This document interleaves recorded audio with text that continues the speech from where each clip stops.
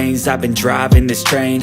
Years in this lane, there's no stopping this flame. Cause I came to the game and I changed it to play how I like, rearranged it to my own domain. Yeah, I got what it takes, made lots of mistakes, taking shots, skipping breaks, feeling lost, feeling great, popping off, singing straight, never stopped, never changed. All the squad here to play and I've got something to say, yeah. I work hard each and every day, I get lost in the words I say. I don't push pause, no I push play. I won't stop till I make a change. I withdraw on the things I make. I turn flaws into flawless traits. I build tall, never capped in space. I won't stop till I hear him say, oh, oh, la, la, la, la, la, la.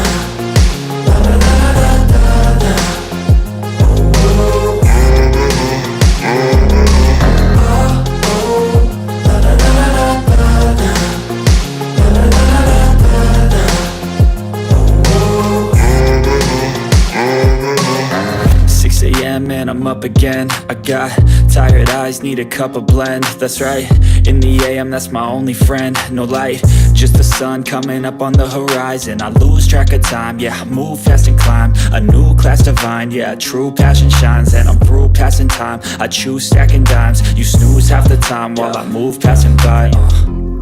I work hard each and every day, I get lost in the words I say. I don't push pause, no I push play. I won't stop till I make a change. I withdraw on the things I make. I turn flaws into flawless traits. I build tall, never capped in space. I won't stop till I hear him say, oh, oh, la, la, la, la, la, la, la, la, la, la, la, la.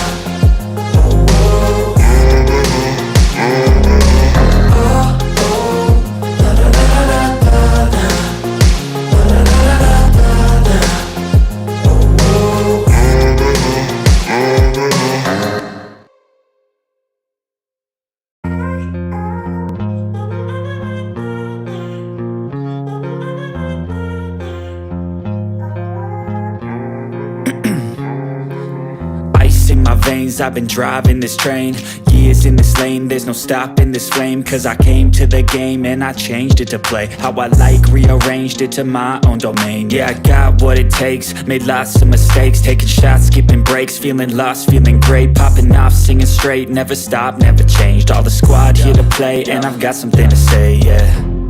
I work hard each and every day, I get lost in the words I say. I don't push pause, no I push play. I won't stop till I make a change. I withdraw on the things I make. I turn flaws into flawless traits. I build tall, never capped in space. I won't stop till I hear him say, oh, oh, la, la, la, la, la, la, la, la, la, la, la, la.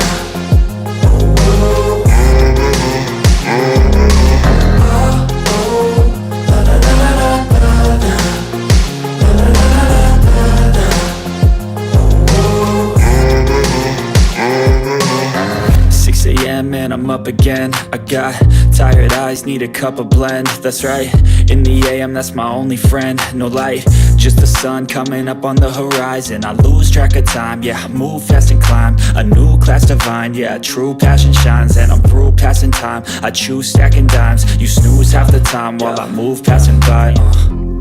I work hard each and every day, I get lost in the words I say. I don't push pause, no I push play. I won't stop till I make a change. I withdraw on the things I make. I turn flaws into flawless traits. I build tall, never capped in space. I won't stop till I hear him say, oh, oh, la, la, la, la, la, la, la, la, la, la, la, la.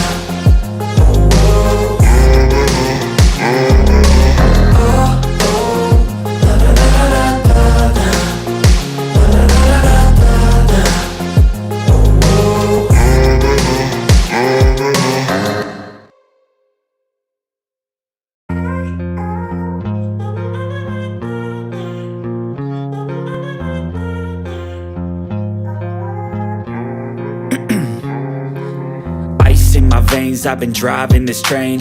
Years in this lane, there's no stopping this flame. Cause I came to the game and I changed it to play how I like, rearranged it to my own domain. Yeah, I got what it takes, made lots of mistakes, taking shots, skipping breaks, feeling lost, feeling great, popping off, singing straight, never stopped, never changed. All the squad here to play, and I've got something to say, yeah. I work hard each and every day, I get lost in the words I say. I don't push pause, no I push play. I won't stop till I make a change. I withdraw on the things I make. I turn flaws into flawless traits. I build tall, never capped in space. I won't stop till I hear him say, oh, oh, la la la la la la.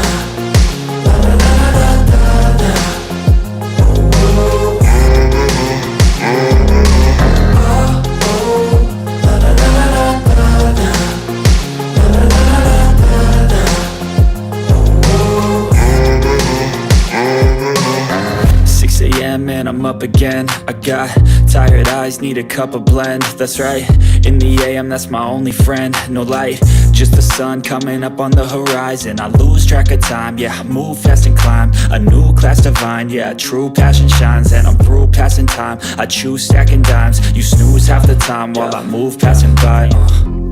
I work hard each and every day, I get lost in the words I say. I don't push pause, no I push play. I won't stop till I make a change. I withdraw on the things I make. I turn flaws into flawless traits. I build tall, never capped in space. I won't stop till I hear him say, oh, oh, la la la la la la.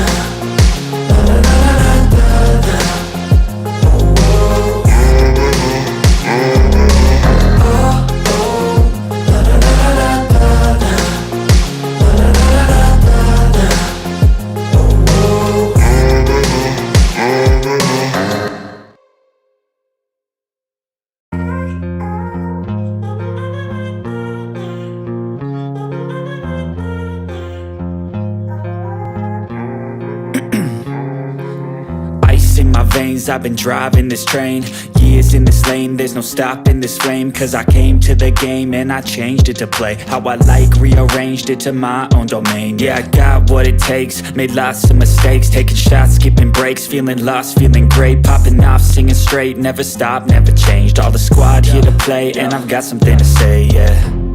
I work hard each and every day, I get lost in the words I say. I don't push pause, no I push play. I won't stop till I make a change. I withdraw on the things I make. I turn flaws into flawless traits. I build tall, never capped in space.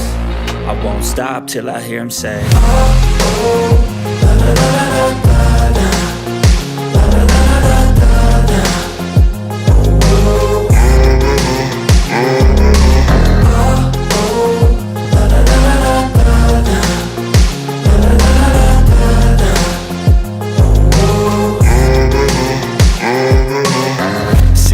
Man, I'm up again. I got tired eyes, need a cup of blend. That's right, in the AM, that's my only friend. No light, just the sun coming up on the horizon. I lose track of time, yeah, I move fast and climb a new class divine, yeah, true passion shines. And I'm through passing time, I choose stacking dimes. You snooze half the time while I move passing by. I work hard each and every day, I get lost in the words I say. I don't push pause, no I push play. I won't stop till I make a change. I withdraw on the things I make. I turn flaws into flawless traits. I build tall, never capped in space. I won't stop till I hear him say, oh, oh, la la la la la la.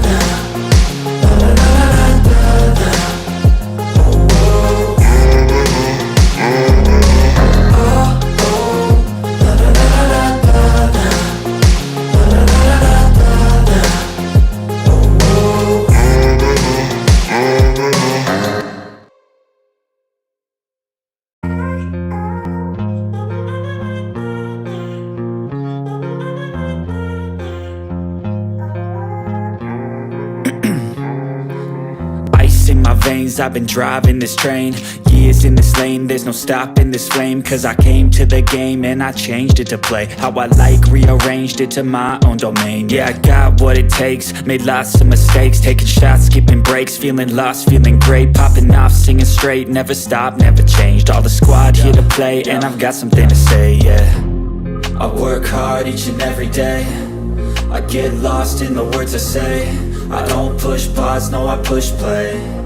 I won't stop till I... Yes, people. Big up to all of you. I appreciate you all finding the time to join the show this particular afternoon for me, evening, noon for me, evening to some and morning to some. It depends on where you are. But big up to all of you, and I appreciate you all finding the time to be with me this particular afternoon, noon for me. And I'm going to say hello to all of you in the chat. I want to get this done as soon as possible. I don't want it to be, you can say, to go on for hours and hours because I have some other things to do. Hello to you too, Constantine Dunn. Big up to you, the casting of the house. Always nice to see you. I appreciate you finding the time to join the show this particular morning. I hope you're doing well. Not sure if coach is coming. I'm not gonna explain what happened, but always nice to see you guys. Yeah, I appreciate you, brother. Let's see what else we have here. And IB is saying, fans, relax. All the Guiu hype was against Wrexham. People are acting like he scored a goal. Even at that, you have to appreciate his hard work rate off the ball and all the ball. I think the kid is good. But here's the thing. I've seen a lot from people who knew him even before he came to Chelsea. Some people aren't preaching that we don't sign another striker just because he did well against Wrexham. But the fact remains he was good before we signed him.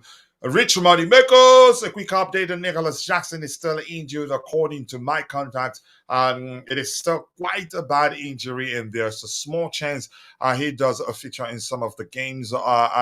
Yeah, I think we can start the season without him, but if he's fit, that's fine.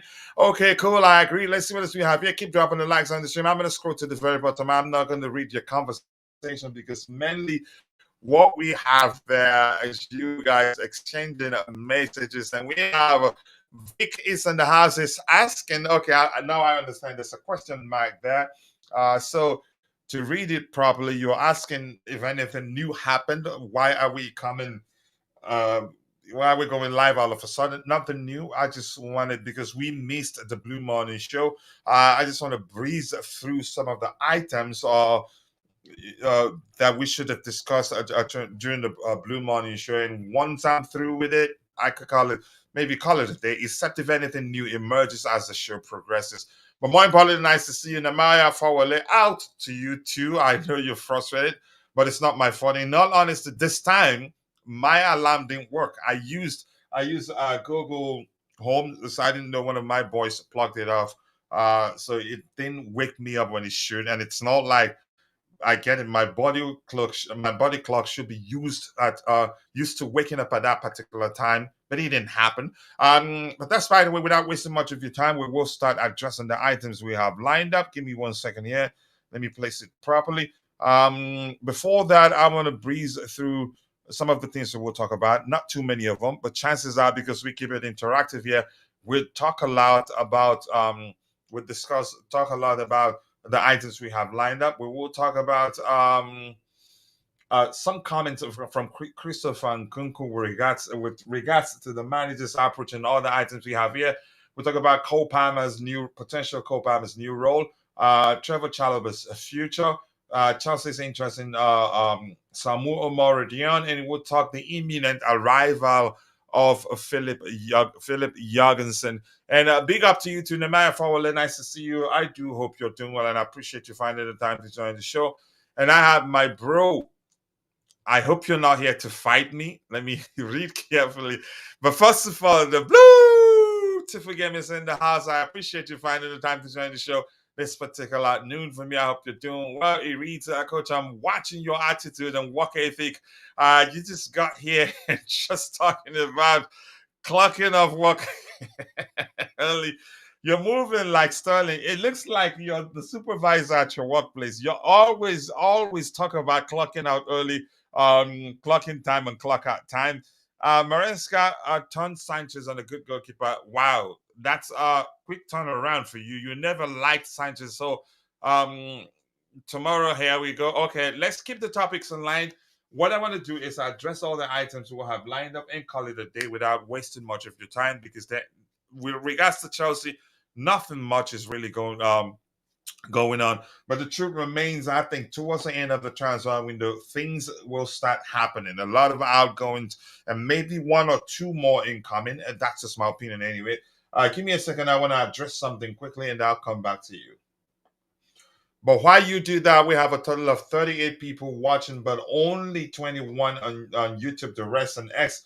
If you're following the show on X or on YouTube, if you're following the show on X or on YouTube, please kindly be sure to drop a like on the video wherever you're following the show on. If you're following the show on X, please drop a like on the video and also do share the video to help us reach other people who'd be interested in the topics we have lined up. And also, please, if you don't mind, yeah, if you haven't subscribed to the channel, please do so. Just give me a second. I'm trying to take care of something here before we continue. I said no to the settings in that regard. Anything else here? Let's take that one, add this one too, nothing else, and save. All right, let's see what else we have here. Keep dropping the likes on the shin, people. The likes do go a long way. What do we have here? Vic is saying that lazy supervisor indeed. Thank you. I like that one. I think we should call him that. He's a serious lazy supervisor. Again, please keep the topics aligned. Otherwise, I'm gonna skip your comments. Yep. And Coach, I know you just cannot get the staff these days. Nice to see you, JC. I hope you're doing well. Yeah, maybe the next show may well be at the beach, and there's nothing wrong in it. I am talking about Philip Jorgensen. Okay, I recognize that was the case. Yeah, that may well be the case. But that's by the way, we have Bobby in the house. Without wasting much of your time, Bobby, we're talking about Philip Jorgensen. I think he's a good goalkeeper, and we've looked at his numbers. He's much better than the goalkeepers we already have right now in some important metrics. But I think he's still young too, 22, I think. Yep. And at 22, he can only get better. He's an excellent shot stopper. I get it. The question I also I asked everyone was when I noticed that he in most cases parries the ball into danger areas and not parrying them to the right or to the left, making it difficult for the opposition attacking players to get a hold of it. But that's not something I'm too concerned about. That is something that can be corrected. His ball distribution is excellent. If we're talking about ball distribution, then the argument may well come in that that's something that's going to be difficult to solve. But with regards to how he parries the ball into dangerous areas rather than left to right, making it difficult for opposition players to pounce on it and score a rebound, I'm not too concerned about that. Let's see anything else. Yep, I recognize that's the person you were talking about. And hello to you, to Siaka, South Africa. Nice to see you. I appreciate you finding the time to join the show. I hope you're doing well. Philip Jorgensen, I trust him, and I'm confident he's going to do well at Chelsea. In my opinion, he's a better shot stopper than what's his name? Robert Sanchez and George Petrovic. I don't lie. I'm going by the numbers. Even eye tests will tell you the same. But we're going to be taking the topics one by one, and I have my bro in the house today. Good. Nice to see you today. I appreciate you finding the time to join the show. I hope you're doing well. 17 likes. Keep dropping the likes on the stream, people. We will be rounding off as soon as possible. We don't have too much to talk about. But Bobby, anything you want to say with regards to what you could argue as the imminent arrival of Philip Jorgensen? Let's hear you, Bobby, and thank you so much for finding the time to be on the panel with me. Yeah, big up, coach. Just before I say that, what's with all the changing times and nobody even knows when you're streaming? That's not good. We've been streaming normal hours, Bobby, and of late I told you what's going on. That has made it difficult. So things will stabilize in a bit. Yeah. Okay. Yeah. You I remember what I told you? Yeah. I can't remember, but I take your word for it that Okay. Yeah. there's good reason. Yeah. Yeah, I mean Jorgensen. Well, I don't know. I was getting a little excited about it, but I took the unusual position, which I normally don't because I don't normally listen to people on X. But there was a guy that posted on X, I think his name's Vince. He was Yeah, saying I that, actually responded to your comment there, but go ahead. oh, where I said that that doesn't sound good for the Yeah, Premier League. Yeah, it yeah, doesn't sound and good I for the. responded telling you, and I responded telling you that it is something that is solvable. But go ahead with what you were saying. Wow. Well, they didn't seem to solve it with Robert Sanchez coming out to collect crosses, or Kepa. But although Kepa was a physiological problem, well, I'll take your word for it. I don't know. I'm not an expert on Philip Jorgensen, but what I will say is that our sporting directors and our scouts have done fairly good work so far. You know, they haven't really gone for duds. They've gone for developing players, but not duds. And this guy, I think, would be a step ahead. How old is he? What, 24, 25? So, 22. oh gosh, yeah, even younger. So he will fit in. He is still developing, and that sort of further cements your point that not collecting crosses can be addressed. It's going to have to be in the Premier League because crosses and dead ball situations is the bread and butter of every team, um, apart from the real sort of top six teams that we'll come across. Um, uh, Speaking of which, can I just refer back to the Wrexham game? Yeah, go ahead. Um, it's only the first preseason game. You can't really take anything out of it. Players didn't play more than 45 minutes, apart from Carney, interestingly. And you notice one thing about preseason games: when they keep giving 90 minutes to particular players, they are usually the players that are consistently used throughout the season. So let's wait and see. But what I did notice is that Wrexham, although they were fitter and they are ahead in their preseason, And they, probably they did not experiment too much too. yeah, which is good, which is a better test to have a fitter, stronger team to match yourself up against. That's always better. But they tactically nullified Maresca, which worried me a little bit. Now, I do know when the proper players come back and the players are fitter, the key to play will be to, a lot of good movement, fast passes, and so on. And when we did that, we looked far, far, far superior to them. But the fact of the matter is that if a team can set up to nullify the wings and congest the middle and not give you any space, it did make me feel a bit concerned because that one time passing was something Sari did, coming out from the back, passing out from the back, and he found himself nullified quite a bit with low blocks. And we need to be able to play through that. So the players will have to move that ball really quickly, position themselves with a lot of movement to be able to do that. And yet again, I don't know, these people that seem to think with Maresca ball, Sterling is going to be this new creature. There's nothing I saw in Sterling that day that gives me any hope that is going to change. I did like young Yeah. Tariq George. I did like young Achibong.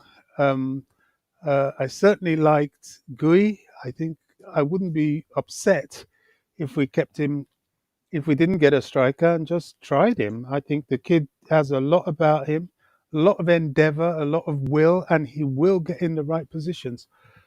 So individually, as far as the youngsters were concerned, who were the people I really looked at, I think it was good. Tosin looks good as well. Um, some people are complaining about strength in depth, which just makes me laugh. I think this team will have enough strength in depth, and I think this team's going to be a very good team. if we Yeah, stay fit. and before I go to Dante, I'm going to say this quickly, Bobby. From a tactical perspective, I'm not concerned. No, I did not expect anything special. That's because usually it's a typical first game of the preseason. A lot of experiment. We play with an entirely new midfield. You get yeah, my point right now. We yeah, played yeah. with an entirely new midfield, and I knew it was going to be jumbled up. There wasn't proper coordination. It was we were given the ball a lot. Reece Mm, James gave away the ball. I think I don't know how many times, and Kunku did on occasions. All of mm. them did. So I Even think Lavia. yeah, exactly. Even Lavia. So, but there's the signs are there. It's mainly for Mm. fitness, especially that particular game. I'm not too concerned. I think it will No, come good. I'm not Yeah, concerned at all. yeah. But it But was one just thing, an yeah, go ahead, bro. observational. It was just an observational Yeah, but it deficiency, makes if sense that you we like. talk about it. It does Yeah. make sense Mm, that we talk about it. Yeah. But here's the thing I'm going to say is this. One thing will be certain once the season starts. When we play with teams that don't defend deep, it will be excellent to watch. When we play with teams that defend deep, it will be boring to watch, and we're gonna need patience. We're gonna have to get used to being patient when we play against teams that defend deep. How we will be passing the ball around, trying to find a way to attack. But that's why, Bobby, thank you for bringing it up. It's important that we address it. I'm not saying you're wrong. I'm just saying, in my opinion, I'm not going to be too concerned. I'm glad you also did say you're not too concerned about it because this is the first. It's just the way typical first games of the preseason. That's the way they are, especially when the manager makes as many changes as he made. We know Palma wasn't then Kunku. What's his name? Casado, Enzo Fernandez. There are players that should be starting that didn't start. But that's by the way, and Tabejo is saying okay, just saying hello to Sia. Maresca wants us to learn to play in traffic, and it's early days, so time is definitely needed. I agree, time is needed, and I'm not too concerned. Yep. And that's an excellent point there. He wants us to play in through traffic, beat the traffic, beat the low blocks, and it would take time. And that's not anything close to our strongest 11. Wrexham won 5-1 and drew 1-1 before our game. So they are, you can say, for them in terms of their preseason, they are ahead of us. But I know and had we taken out all our chances, actually, we didn't create too many. But had we taken out the chances we created, we'd beat them at least by 3-2 or maybe 4-2. But I'm not concerned yet. And Bobby has every right to mention the area of, you say, a bit of a concern, not really a concern that he did mention there.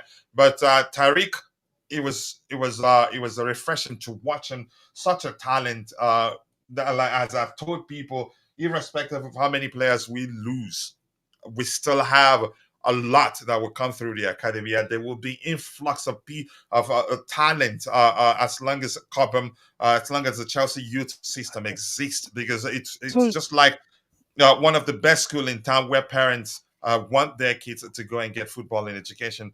I Bobby, need you to were going to just say something? yeah, I need to interject this because this is important. We often get people trying to push this narrative that with the multi-club system and all this talent we're getting from Brazil and all these places that Cobham is going to be redundant. I beg to 150 million% differ. Cobham will always be the Chelsea baby project. Cobham will always be the conveyor belt, but there will be an element of profit focused. Not everybody's going to make it, but the principle and DNA of producing Chelsea, that you have players that you have produced yourself on ground through the system, will never change. And boy, oh boy, people were complaining, oh, we don't have any talent anymore in Cobham. Well, look at Tyreek, George. Look at the Achibong kid. And not to mention I think there's one we sent on loan. He plays in midfield of Castledine, where we still have a lot of very, very good players. We haven't even seen the likes of Whisper Richards yet, who's been playing with the development teams. So everybody just hang on to their horses, stop looking to constantly attack the club, and enjoy what's going on. we're having a very unique rebuild, expansion, and platform with which the club is a new form of the club is evolving. We have to let it happen and stop getting so upset over every little thing. I think Tyreek George has an incredible future, and I tell you, I hope he will be one of those revelations like Cole Palmer was. Go Yeah, ahead. and the kid is talented. I don't know whether he stays or not. I think it'd be difficult for him to stay because the club would want him to continue developing. And if he stays, I don't know. It depends. Let's find out what the manager does with him. But I like the kid, and his future is bright. And the coolest test is saying he wants to hear DJ speak about Philip Jorgensen. I'll get to him in a bit. Do you think we'll beat the Celtic? I think we could beat them if we don't experiment too much. But irrespective of the outcome of the game, I'm still not going to get concerned. What season was it that we lost to you could say a third division team? I think was it under Antonio Conte or who was it? And we went on to win the league that same year. So preseason doesn't it sound usually not reflective of how well you do during the course of the season, Doesn't in really my mean opinion. anything. The important thing No, is it to doesn't have mean it. Yeah, one and to make good use of it. That's all. yeah. Yeah, in most cases, you'd hear players talk about it's about fitness, getting match fitness, and all that. Yes, we still have ballers in our academy, a lot of them, and it will not dry up. And Jay, nice to see you. I hope you're doing well. I cannot wait to see Lavia fully fit. He looked sharp. He looked sharp, but match fitness is a different thing altogether. That's why you were seeing them. In some cases, you see you sense that maybe they're a bit reluctant to put in their foot for a tackle. All that it wasn't deliberate. It's just match atmosphere is different from training atmosphere. It would take 1, 2, 3 preseason games for them to come together, and also it depends on whether the manager experiments with the selection or not. But we're good. I'm not concerned. I did see enough on the day to know, yeah, whatever he was working on seemed to be coming together. Not there yet. It will take a bit of time, but I'm confident. More likes, people. More likes. Keep dropping the likes on the stream, people, and also do subscribe to the channel if you haven't. The likes do go a long way. We have 64 people watching, but only 31 of those on YouTube. The rest on X. If you're following the show on X, be sure to follow our X account. That way, when we go live, you don't miss a thing. We have Trevoh just having a good conversation there. I'm gonna scroll to the very bottom and then I'll try to get your subsequent contributions. I'm gonna go to the captain of the house in Constantine Dante. I appreciate you finding the time to join me on the show. I hope you're doing well. The question I have for you: tell us about Philip Jorgensen. Are you looking forward to it? There are concerns, and I'm quite sure if you were listening, you heard Bobby's concerns with regards to him, his aerial ability in terms of coming out. You could say high claims. That's for me. That's a more relatable language for me. But I told Bobby he did leave. He left a comment on the Vince's comment with regards to that aspect of his game. And I told Bobby that is something that is solvable, maybe coachable. And we signed Cueva, who is an how do I phrase it?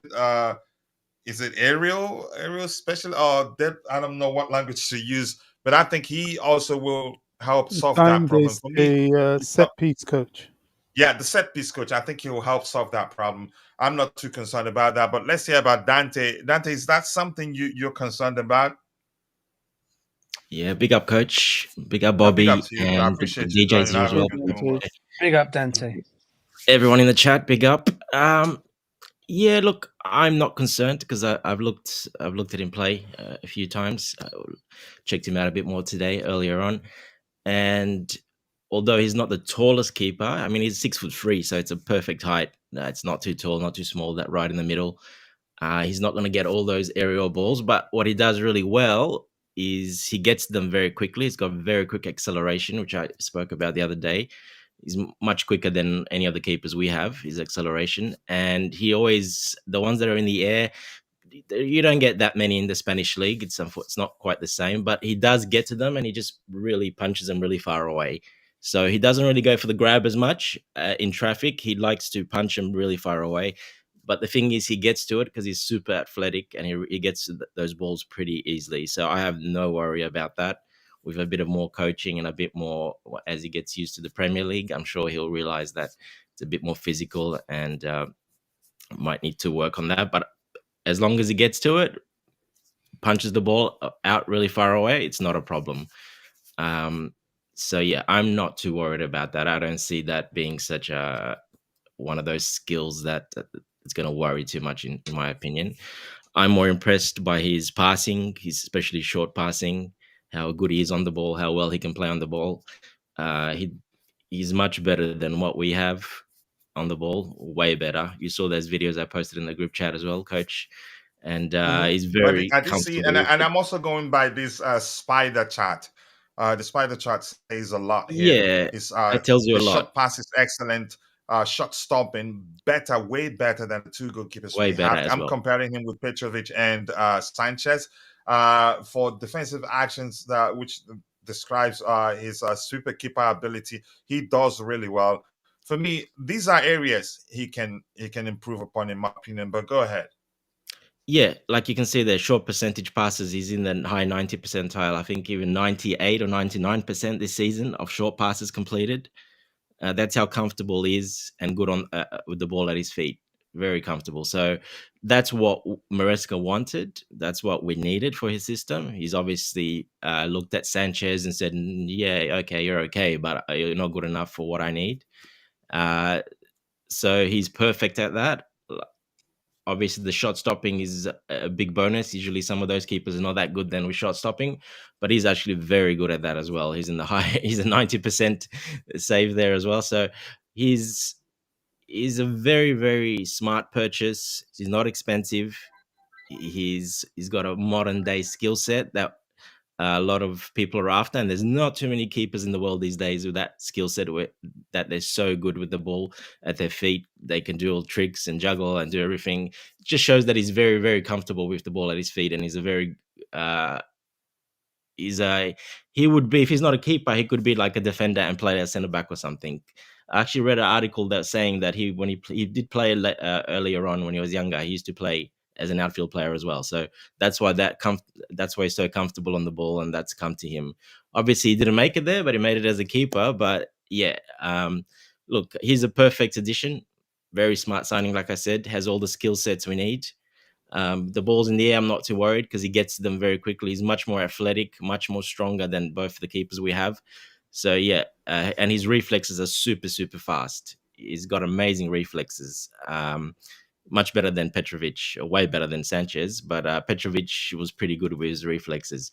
But Jorgensen is even quicker than Petrovic, hence the high percentile of saves. So, yeah, look, I'm very happy with the signing. I had him as one of my keepers. That if we wanted to sign a keeper, he was one of the keepers on my list, second on my list to sign. So, I am very happy with the signing, and I think he's going to do amazingly well.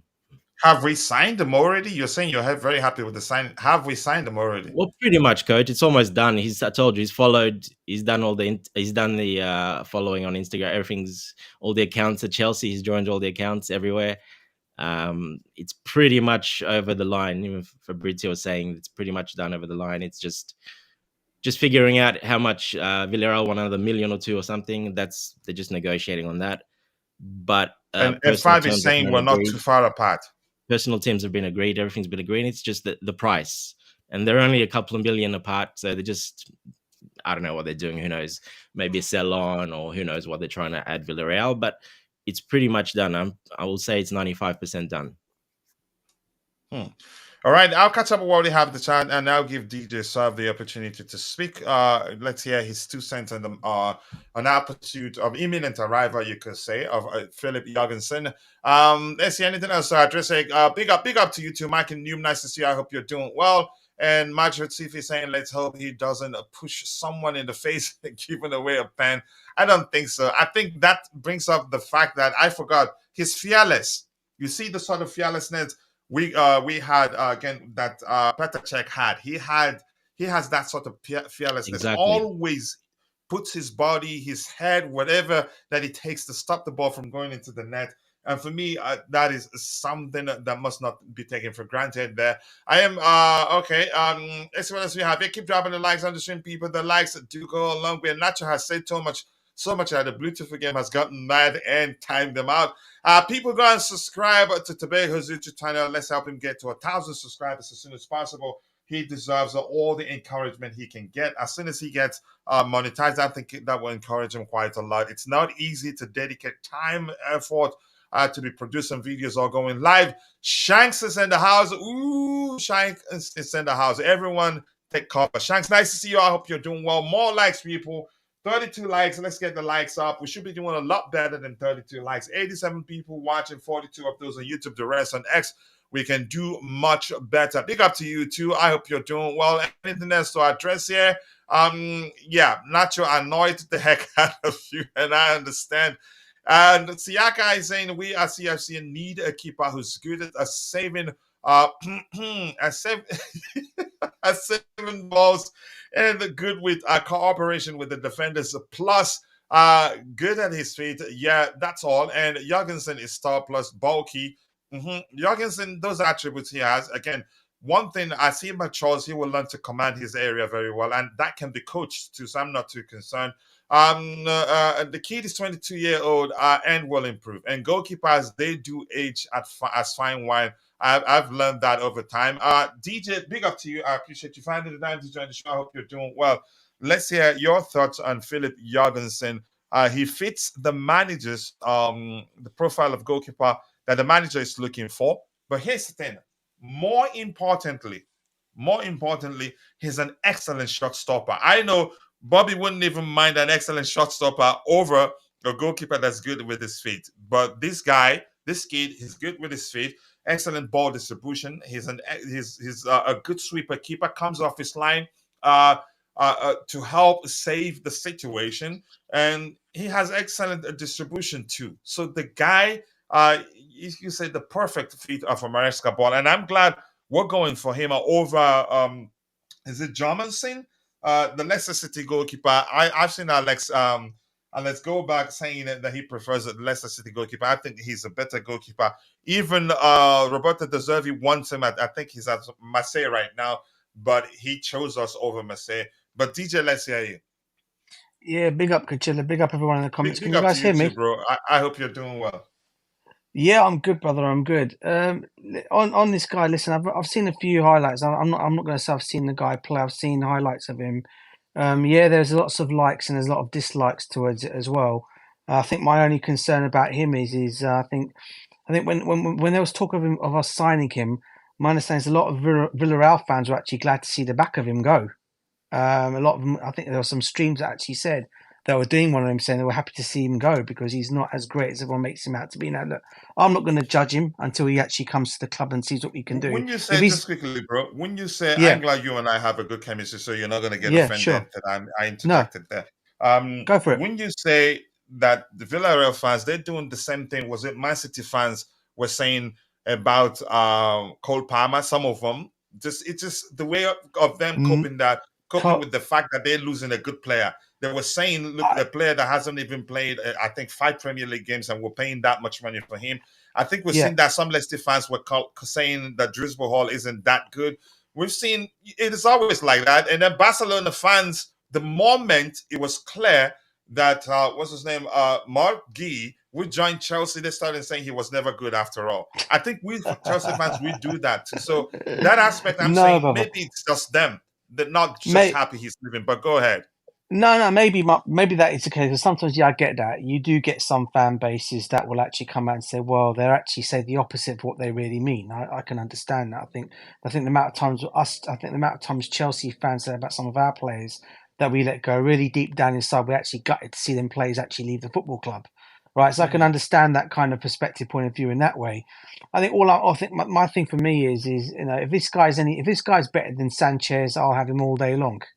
Anything to replace Sanchez in goal, look, let's see what you can do. I'm not going to, as I said, I'm not going to go and judge him. I've got to watch him play. I've only seen what I've seen of him. I've seen a few games of him. And the rest of it, I've got to say, I've seen on YouTube videos. So I really can't make any judgments on him to see until he comes to the football club. All I hope is that they're getting, he's 22 years old. They've got him probably at the price that these owners are going to pay for him anyway. So he's at the right price for them. Again, it's another youngster brought to the football club. The only thing my concern has always been, Cuchilla, is that I think we all know sitting here is when you're a team like us, you always try to go for more of an experienced goalkeeper, because they always say the goalkeeper is the most experienced player. Well, one of the most experienced players you need in your squad. Okay, he's the one that starts everything off. If this guy is going to be the kind of guy that's going to come in and, at 22 years and have that kind of experience on his head, can he be a Petr Cech? We can't compare him to Petr Cech. Yeah, because we all know what Petr Cech was all about before he came to Chelsea.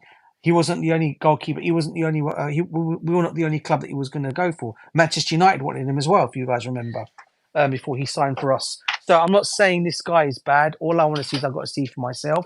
If he can do better than Sanchez, I'll have him all day long, and get Sanchez kicked out or sell Sanchez on, and maybe keep Petrovic as a number 2. But let's see what happens. Like I said, I'm not going to knock him. I'm Let's just see going to what see what you happens. can And do. here's something else I want to say quickly. With regards to his inexperience, that's not something I'd be concerned too much about. If we can, you could say, figure out a very solid defensive line that can defend very well, that can actually conduce his inexperience to a certain extent until he becomes more experienced. And I'm going to say this: I'm not saying he's as good as Petr Cech. I'm just saying the way he puts his body in the way, his head, hand, wherever, he's not reluctant to do something to stop whatever it takes to stop the ball from going inside the net. We know Petr Cech was like that, which was why he got that serious injury. He got out of time and all that. He has that in him, and I think this kid. But you make a good point, which is you could argue something that's the same with every new signing.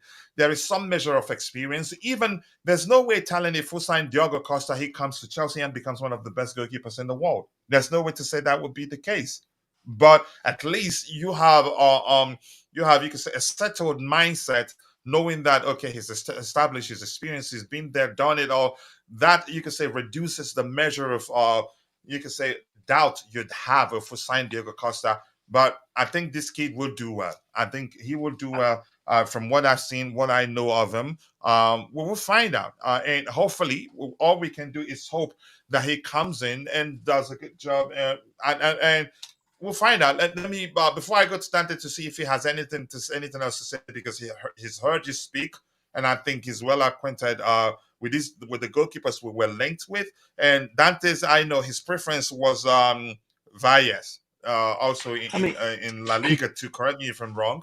Yeah, but Cuchilla, can I just step in quickly, Yes. brother? The one thing, I'm just a bit disappointed that we didn't look at Edison from Manchester City. Really, they're looking to sell him on, because I think he would have been the ideal guy to have come in, but because of his wages, that's not going to happen. Mhm. But he would have been the Not just ideal his guy to have wages. come And in. can I tell you why? Wages, in fact. But go ahead. I'll let you drop. Then I'll No, answer that's why it. I think we No, didn't go for and him. obviously because of his price tag, maybe is the other thing. So I mean And that we could be cannot compete two with the things. Saudis because they want him. Yeah, Even City if he's not. refused to sell the Saudis. So I don't see us having any chance of convincing him to come to Chelsea or City allowing him to join Chelsea. If anything, they're going to sell him to Saudi. They will get a lot more money from the Saudi, and him as a player would want to go to Saudi, where probably he'll be getting nearly 3 times whatever would agree to pay him. It was never going to happen. But go ahead if you haven't dropped. No, bro, that's everything. That's all I was saying. That's all I'm saying. That's all it was on that one. Yeah, it was never gonna happen. I even watched Jan's video. I think Jan himself recognizes, even though he'd like to see us go for him, that it won't happen. We just cannot compete with the Saudis, and I don't think any club in Europe can. In all honesty, the Zervi signed. I don't know him. I don't know the name. That's the first time I'm seeing it. But he wanted Jorgensen too.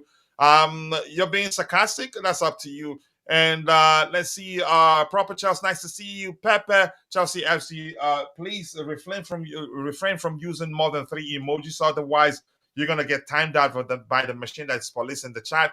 Okay, anything else? Nacho, I see you started a fight and you got Bluetooth game angry that he had to he timed you out.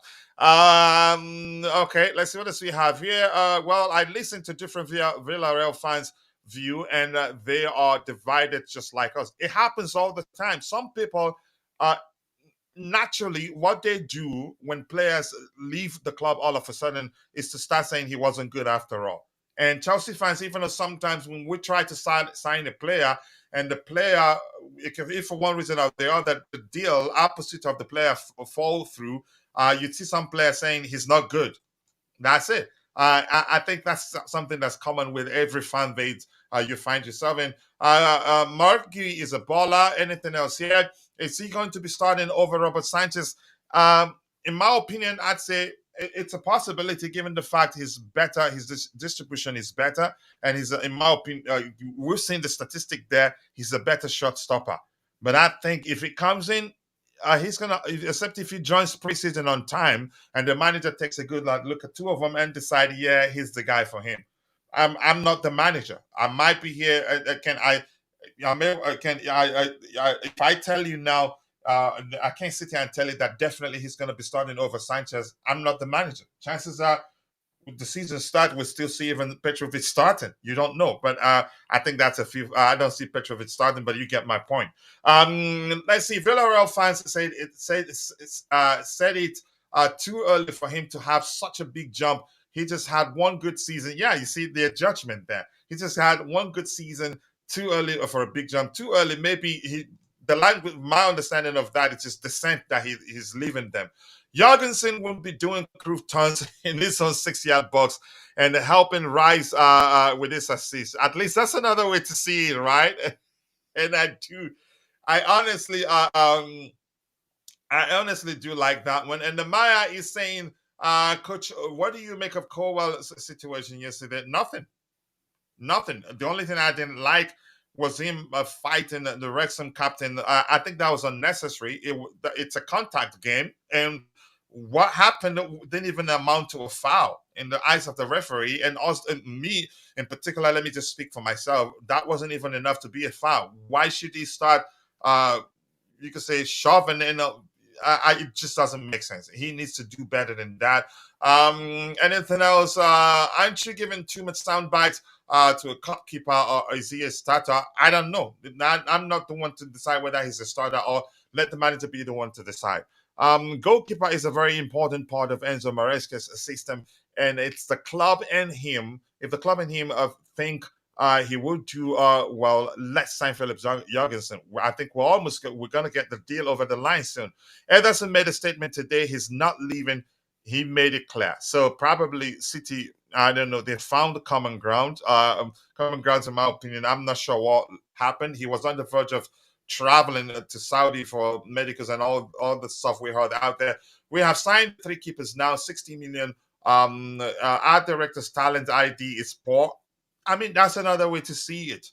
I'm not sure who pushed us to sign Sanchez at the time. We thought it was a good deal for how much we paid for him. Petrovic turns out to be, in my opinion, the better goalkeeper, the better of the 2 goalkeepers. But once numbers tell us that actually Sanchez, the overall did better. But for me, that's not a metric to decide whether a goalkeeper is better than the other. Chelsea are finalizing Jorgensen's deal tonight, a total package of £21 million. Petrovic expected to leave. Jorgensen versus Sanchez fight of a number 1 spot. That's a good way to put it. It's now your opinion to decide who starts over the other. And here, the beautiful game is saying, Coach, the philosophy is the same. Anyone but Sanchez, anyone but Poch, and anyone... You go into hell, and you know that. If Federer had to stay in England, he would at City probably. It's money bags time for him. Yep, I don't think he'd be willing to come to Chelsea. Good evening to you too, Mr. Onyedikachi. I hope you're doing well. I'm gonna try and see if I haven't addressed anything for anybody here. And also Chikwe is saying, sorry guys, I just joined. Lateness is greatness to say, and Jay is saying, since he's not good at collecting, clearing crosses, and hence the role of CB is more important. That's a very objective way to see the situation. Anybody else want to talk about Jorgensen, or should we move on to the next item, please? Anybody on the panel, Bobby, you or Dante? Nothing much to say, and it's not like he's bad at collecting crosses. Like I said, he's not bad. He just doesn't like to take risks, so he'd rather punch the ball than actually try to catch it.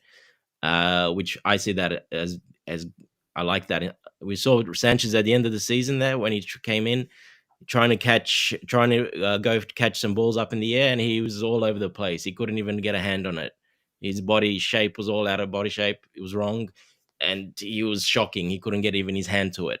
So I prefer a keeper that can actually get there, is much quicker, and can get there and at least punch it out far away than try to catch it and fumble it or just lose the ball like Sanchez did. But that's my personal opinion. Yeah. All right. I can make sure that topics are aligned. Otherwise, I will assume you're having a good conversation with somebody in the chat. So the next item here talks about Chelsea still haven't given up on Samu Omorodion despite multiple rejected beats, and that's coming from Ben Jacobs. Ben Jacobs was one of those journalists that I don't know whether to trust or not. But here's the thing. In my opinion, I don't think we need Samuel Moradian. I think, in my opinion, Marc Guiu can be as powerful as Samu. I don't know how they differ. I'm not sure how to compare them to actually, but both can fulfill the stereotypical number 9 role. But for me, I think Samu comes up as a bit clumsy on the ball in terms of dropping deep and participating in the play. I don't think he's that good. But Marc Guiu, he can drop deep. He has excellent ball control. He can also create chances for his teammates. I'm not sure why we're still looking at Samu. I'm going to start with you, Bobby. Let's start with DJ. I think DJ has a lot to say to that. So I really want to hear him talk about it. DJ, your thoughts on our persistence on getting the Samu deal over the line? And rumors are, before that will be possible, we'll have to give Atletico Madrid £70 million or more. Nothing south of that, but something maybe, if anything, something north of that. And I don't think it makes sense. Look, we have Nicholas Jackson, we have Christopher Nkunku. Who else do we have? Maybe we need one more. But if Samu, how old is Samu? Is he older or younger than Marc Guiu? I don't know. I don't think we need him. I don't think we need Samu. If you want to stick with young players, let's just stick with Samu. Or if you want to go out and buy an established striker, then fine. But I don't think we need another younger or inexperienced striker. I get it. Maybe the directors or the scout, maybe they've seen something beyond what we, the fans, are able to see.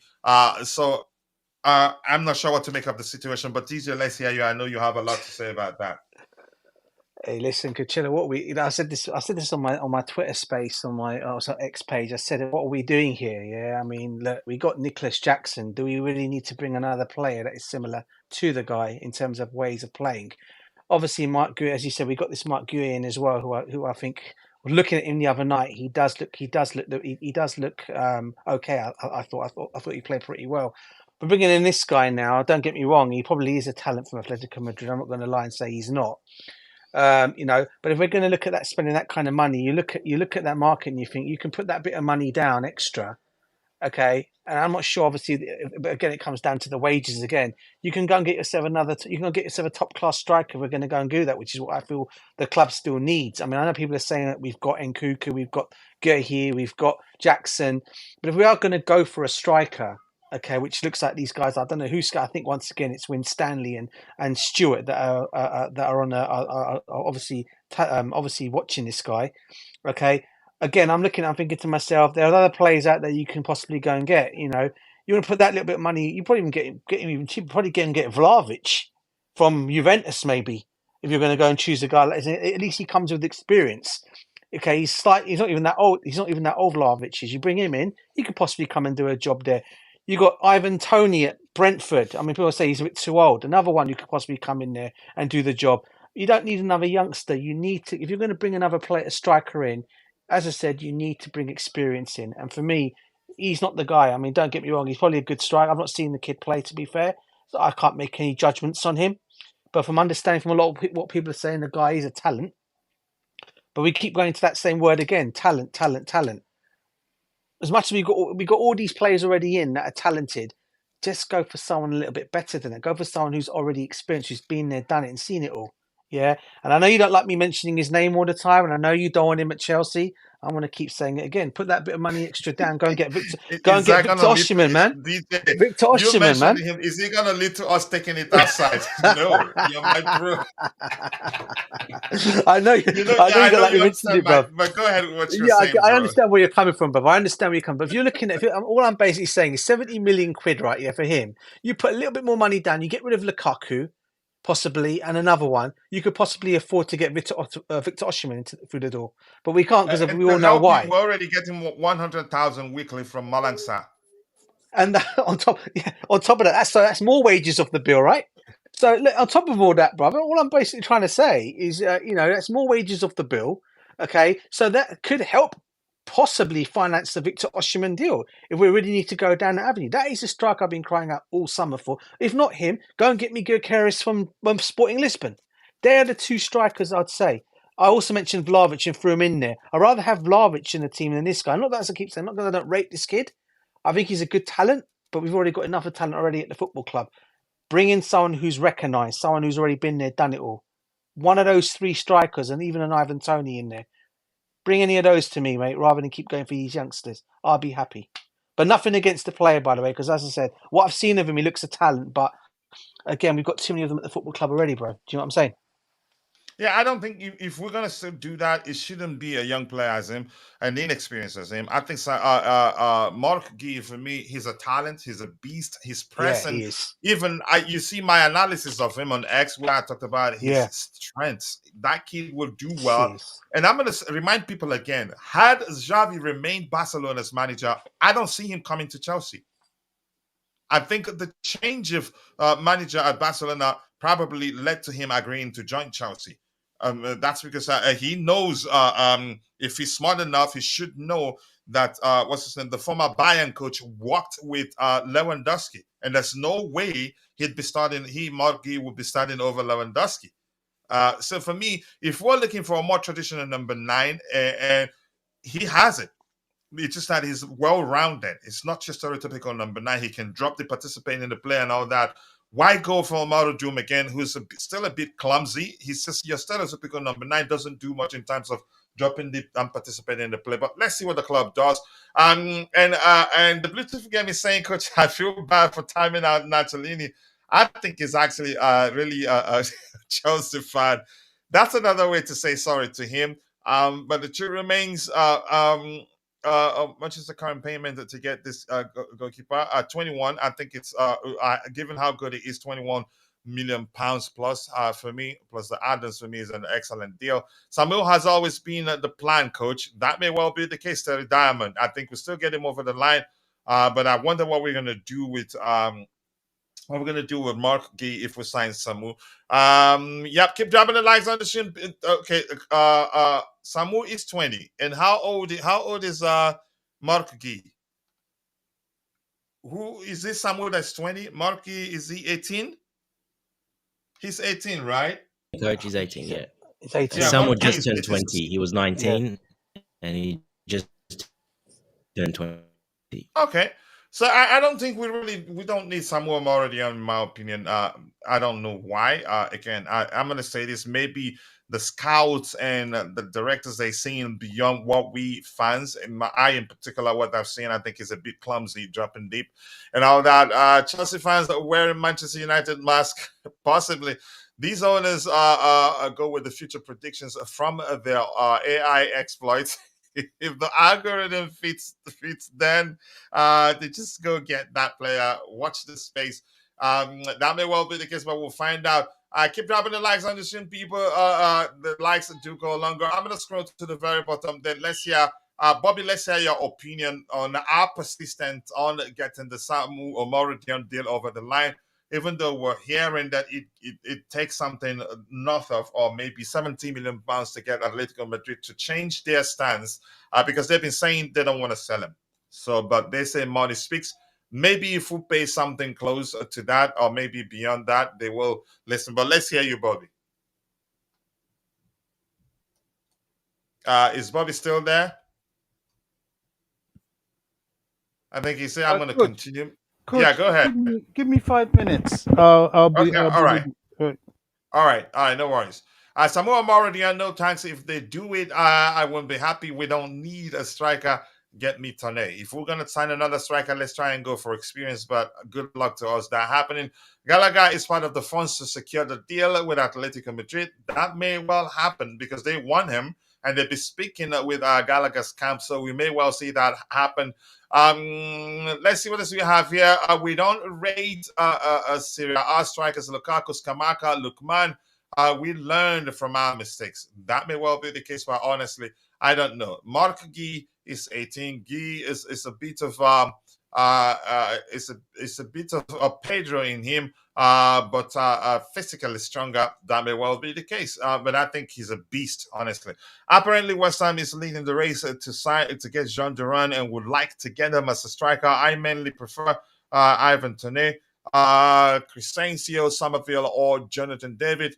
I don't think we need Jonathan David. We only have too many players of similar profile in Christopher and Kunko Nicholas Jackson. We don't need them. I'd rather we keep what's his name? The Ivorian kid also. Yeah, I think that's correct. In the other Fofana than sign another player of that profile. It just doesn't make sense. So we'll move on from Samu Omoradian. This is saying West Ham United are considering making a move for Chelsea defender Trevoh Chalobah after being snubbed by Jean-Claire Todibo. Where's Todibo headed? I thought we were interested in signing Todibo also. Where is he headed? I honestly do not know. But West Ham, another London club. Here's the thing. As long as he's considered surplus to requirement at Chelsea, I don't think we have the right to dictate what club he joins. If he wants to go to West Ham United or a London rival club, it doesn't matter to me. What do you make of Colwell's situation yesterday? You've asked that question and I've given you a response. Let's give that. I think Chelsea should just keep George. The question if one Joko Darlington, one Joko, thank you. I know the meaning of your name, but that's by the way. If we keep him, is he gonna play? We can't just for the sake of keeping him, but because he's good and he doesn't get to play, that will not be good for his development. It just doesn't make sense. Jackson will perform next season and will be sold for close to £17 million and be replaced by Samu. Okay, that's a theory right there. I don't see Chalobah going to West Ham. That is just your opinion. If he wants to go there, he will go there. Big up to you to Julius Amor, the panelists and those in the chat. Julius, nice to see you, Mike Ghanaian, bro. I hope you're doing well. DJ, anything you want to say?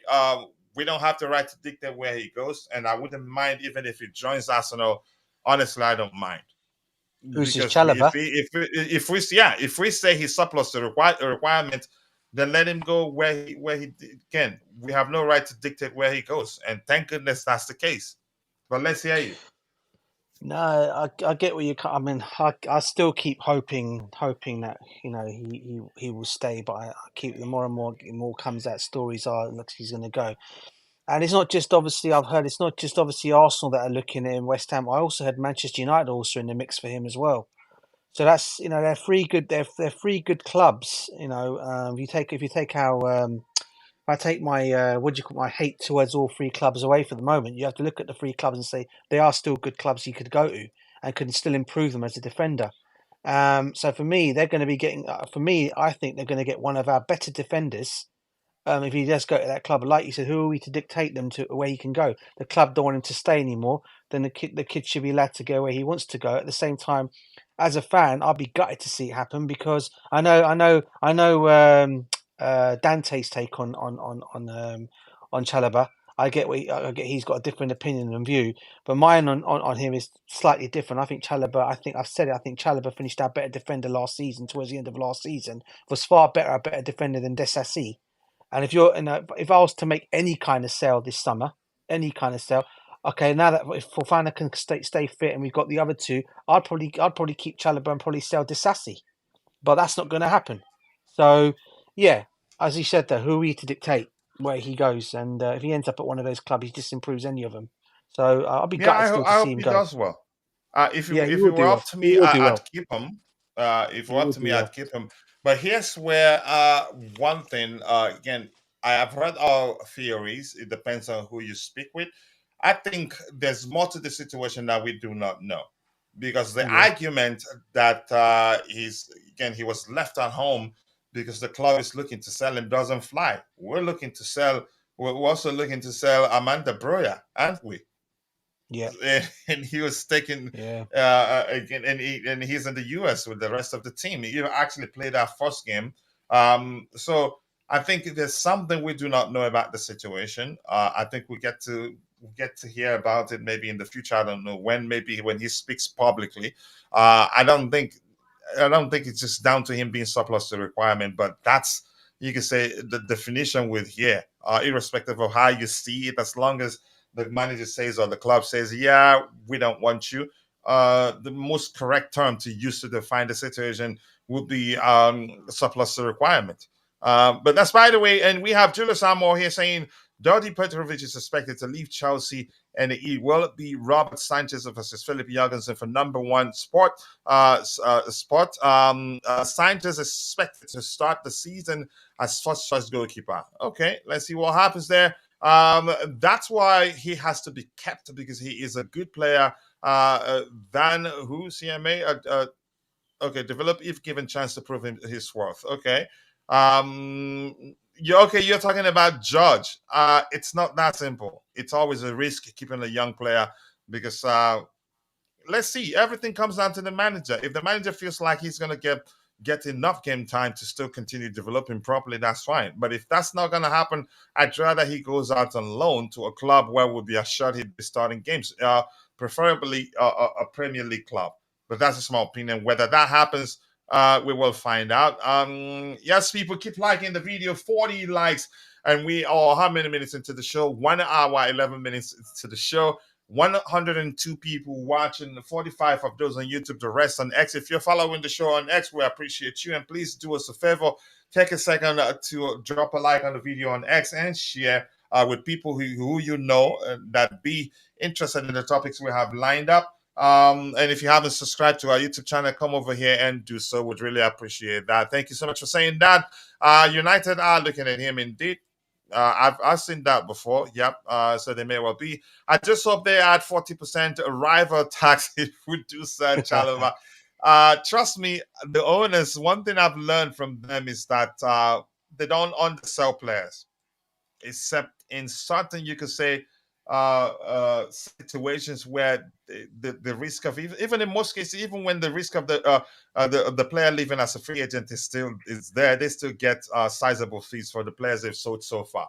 The club can loan Broya, but they are looking to do that. But they are looking to do that to Chalobah or Gallagher. They are not looking to do that. With to Gallagher and Chalobah, they want to sell them and not loan them out. So that may well be the difference there. Fofana doesn't have a resale value, DJ, not the CCC. They don't fit a flipping strategy. Okay. Let's see Sanchez against City in the first game. You're really concerned. Let's see what happens. Dante, let's hear you on the Chalobah situation. I know you've spoken about that before in the previous stream, but do you have anything else to say with regard what you heard, DJ? Say me or anybody in the chat, but let's hear you. No, not much more to say. I'm pretty sure everyone knows my view. If you want me to say it, go through it again. I can go through it again, but you're entitled to your opinion. Yeah, I am. Or everyone's entitled to their opinion. But for me, yeah, I mean, if he goes to Manchester United, Sorry, I'm back, guys. Sorry, just think. there we go. Bobby's back. No, just to let you know, continue. Just to let everyone know I'm back. Thanks. Okay, thanks, Bobby. Okay, go ahead. If he goes to Manchester United, he's not a starter there either. First of all, they just signed defender, and they're going to sign another one. He won't be a starter. He'll be like a third, fourth choices there as well, probably, maybe even fifth choice. So I don't know if he would go to Manchester United for that. He's better suited if he does leave to go like somewhere where he's going to actually start. There's no point going somewhere where you're going to be, third, fourth in line again, just like he's at Chelsea, because he's not a starter for Chelsea. I personally don't see him as a starter for Chelsea. I think he's probably third, fourth in line. So I don't see him as a starter. And I keep saying if all the other players that they're looking to sell or loan, or there must be something else behind the scenes. Exactly, I agree with Coach. Something that we don't know. It could be something simple. It could be something more complicated. We'll find out one day and we'll see. But yeah, if he moves, it's probably best for him to move. Obviously, if he's got left behind, probably best to move to a club where you're going to start. But yeah, I find it pretty hard to see him starting at Manchester United or some of these big clubs. I did read a report. There's 3 clubs that have an offer for him apparently, and 3 clubs in England that have put an offer for him, and 2 clubs out of England, and both those clubs are playing in the Champions League. They didn't name the club that they were, but yeah, if I was him, I'd probably go somewhere where I can start. He keeps saying he wants to play Champions League. Yeah, that's fair enough. If you want to do that you can, but he needs to go to a club where he's actually going to actually start. And so at least, that's the best for him, so we can see him play and stuff. There's no point going to a Manchester United and sitting on the bench like you are at Chelsea. So, yeah, I wish him the best. I liked him and I like him, but I don't see him being a starter, and I don't see him ever being a starter. He's not up to that level, in my personal opinion. Thank you so much. For me, my argument is in, you can say, where he goes and gets to be a starter or not. I'm just going to leave it at we have no right to dictate where he goes. I know nobody here is arguing that he doesn't join a London club, or he has every right to choose whatever club he decides to join. And also, I'm going to reference my opinion, repeat something I've said 1,000 times. I think there's more to the situation that we do not know. We're just outsiders. We're just going by what we're seeing in the media out there. But that's why the way Sanchez was good against Wrexham. And yeah, and he agrees with that. Okay, thank you for the suggestion. I'll try and do that. Something complicated. Dante likes to please himself. The club wants to sell Chalobah. It's straightforward. I don't think it's that simple. I mean, you have every right to argue that the situation is straightforward. That's because that's what you believe. I think there's a lot more to it. Given, let me just leave it at that. I don't want to get into any debate with anybody with regards to that. It is what it is. He leaves. I'm just going to say we have no right to dictate where he joins, in case he joins West Ham United or Arsenal or any London rival club, or maybe join one of the top 6 clubs. Yeah, I do love them, and that's all I have. I haven't taken my time to maybe create another one. So let's go with what we have. Keep dropping the likes on the stream, people. The likes do go a long way. I appreciate you all finding the time to join the show this particular morning. Let's move on to the next items we have lined up. We're going to move on from the Chalobah talk. Bobby, I don't know if you have anything to say about that. And also our persistence on getting the Samu Omorodion deal over the line. And we've heard that it would take something north of, or exactly 70 million pounds to get the deal done at Atletico Madrid, and looking to sell. But if rumors are that if we can present them with an offer around 70 or north of that, 70 million pounds, that they take it and sell the player to us. But Bobby, let's hear your opinion. For me, I don't think we should be signing Samuel Moradian. But go Just ahead. on Samuel, sorry, Bobby, before you come in, I'll just Atletico Madrid are doing a new contract for him, and they're putting 120 million release clause. Yeah, I was about to say I don't believe that. Vince again up to putting out stuff. I don't believe it, Coach. I don't think it's Chelsea are not looking there. Chelsea are not looking to spend huge sums of money on a player.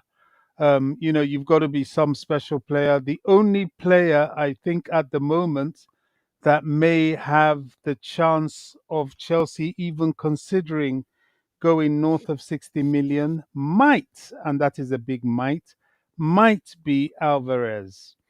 Apart from him, I don't think they'll be bothered with anybody else, and I don't even think they're going to be bothered with him with that sort of money. So this is all smoke and daggers. It's all the usual gossip mongering out there. I think we've made our play for Omar Dion. I can believe what Dante has said, that they're drafting up a new contract for him, and I've moved on. I think everybody else should.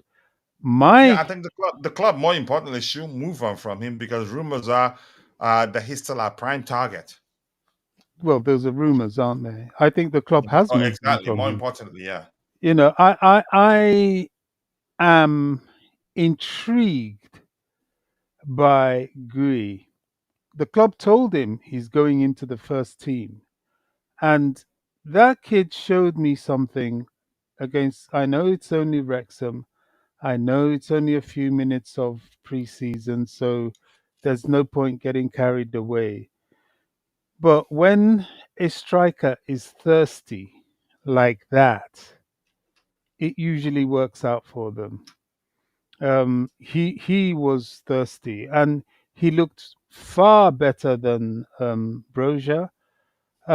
I would like to see us at least try and, even if it's half measure, persist with him.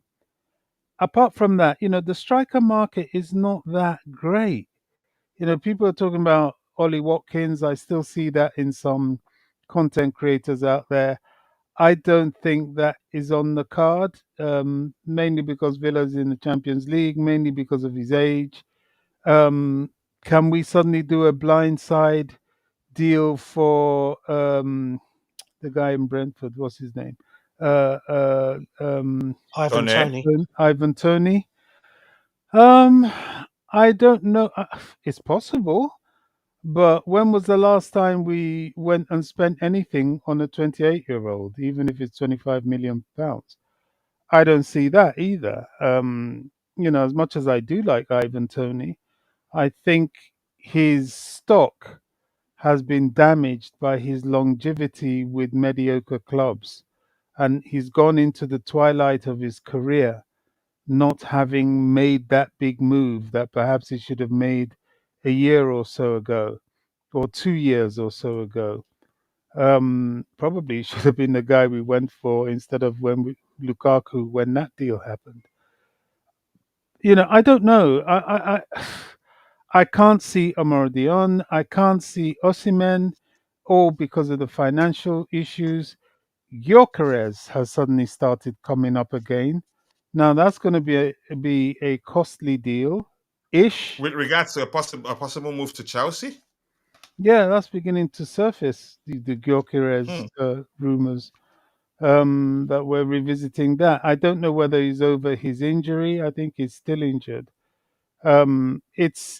It sounds nice, but it depends. His selling price will be what will stop that.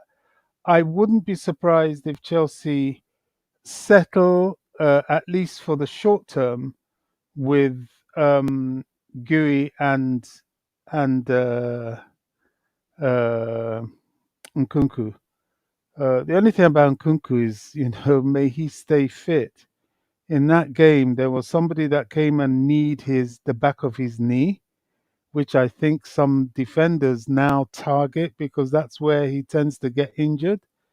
And I winced, and when he went down, I was, oh God.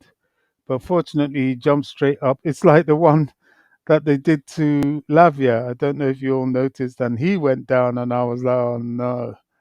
But he immediately jumped up. Same with Wesley Fofana. I think these guys that have been out long term injured are quite aware that they need to try and keep themselves fit. You, So, you can argue they're still not mentally free from the period of time they've been. You can say from the injuries they suffered, maybe. well, the way Wesley Fofana was flying into tackles, I think he's not bothered at all. I It's was more bothered than, for him than he seemed to be for himself.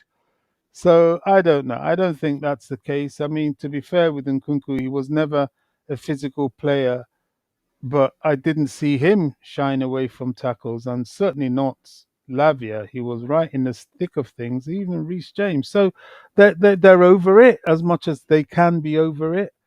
But from the way they're playing, I think they're also quite mindful that their fitness is key for this season, which is a good thing. Which is a good thing. If we start the season with Nkunku and Guiu, it could be better, but it's not that bad. yeah, It's not not that that bad bad. at all. Yeah, not that bad. In my opinion, let me catch up what we have, then we'll hear Dante's opinion on Chelsea's persistence on getting the Samoa Mauro deal over the line. If we're to believe Ben Jacobs, how can a player with no bad record or attitude suddenly become a problem? He's up for sale. That's another way to say it. But here's the thing: the person, everything has a first. If we're going by a judgment, but I get your point. We don't know, but we will find out eventually. I'm starting to not like West Ham. They want to sign Chalobah. This might sound rude. The Chelsea directors are foolish for wanting to sell him. Chalobah takes a risk and great speed and good head. And let me bring you back to everything comes back to what the manager wants. And I'm quite sure if the manager wants Chalobah to stay, he'd stay. And he's told you that he's here to make decisions. Whether you like it or not, whether you still think he's covering up for the owners, it doesn't fly in the court of law because the manager has told you he's here to make decisions, which means he was the one that decided he doesn't want Chalobah to stay. You can see it like that. You can go with, he's just protecting the owners and the sporting directors. That may well be the case, but we don't know. Chalobah needs to change agents. Maybe he needs to do that. I wanted Chalobah to stay, but he's not part of our owners' plan. If that's how you want to see it. More importantly, he's not part of our owners' plan, so he can go. Gyökeres, when that boy is not leaving, that boy is not Gyökeres, and when, two questions there. That boy is not leaving Sporting. He will stay at Sporting until Amorim leaves. Possibly. I think that looks like that's going to be the case. There's Jackson and Nkunku here saying Chelsea just had an FFP issue, so that one they wouldn't overspend. Who told Bolly that Chalobah was texting me lineups? You were the one that were saying that at the time that he was texting, leaking the lineup, but I'm not saying that was what happened. I don't know what happened really. Dante, let's hear your opinion of Chelsea's persistence on signing Omoro Diom, if we're to believe the reports out there, but I think we've moved on from him in my opinion.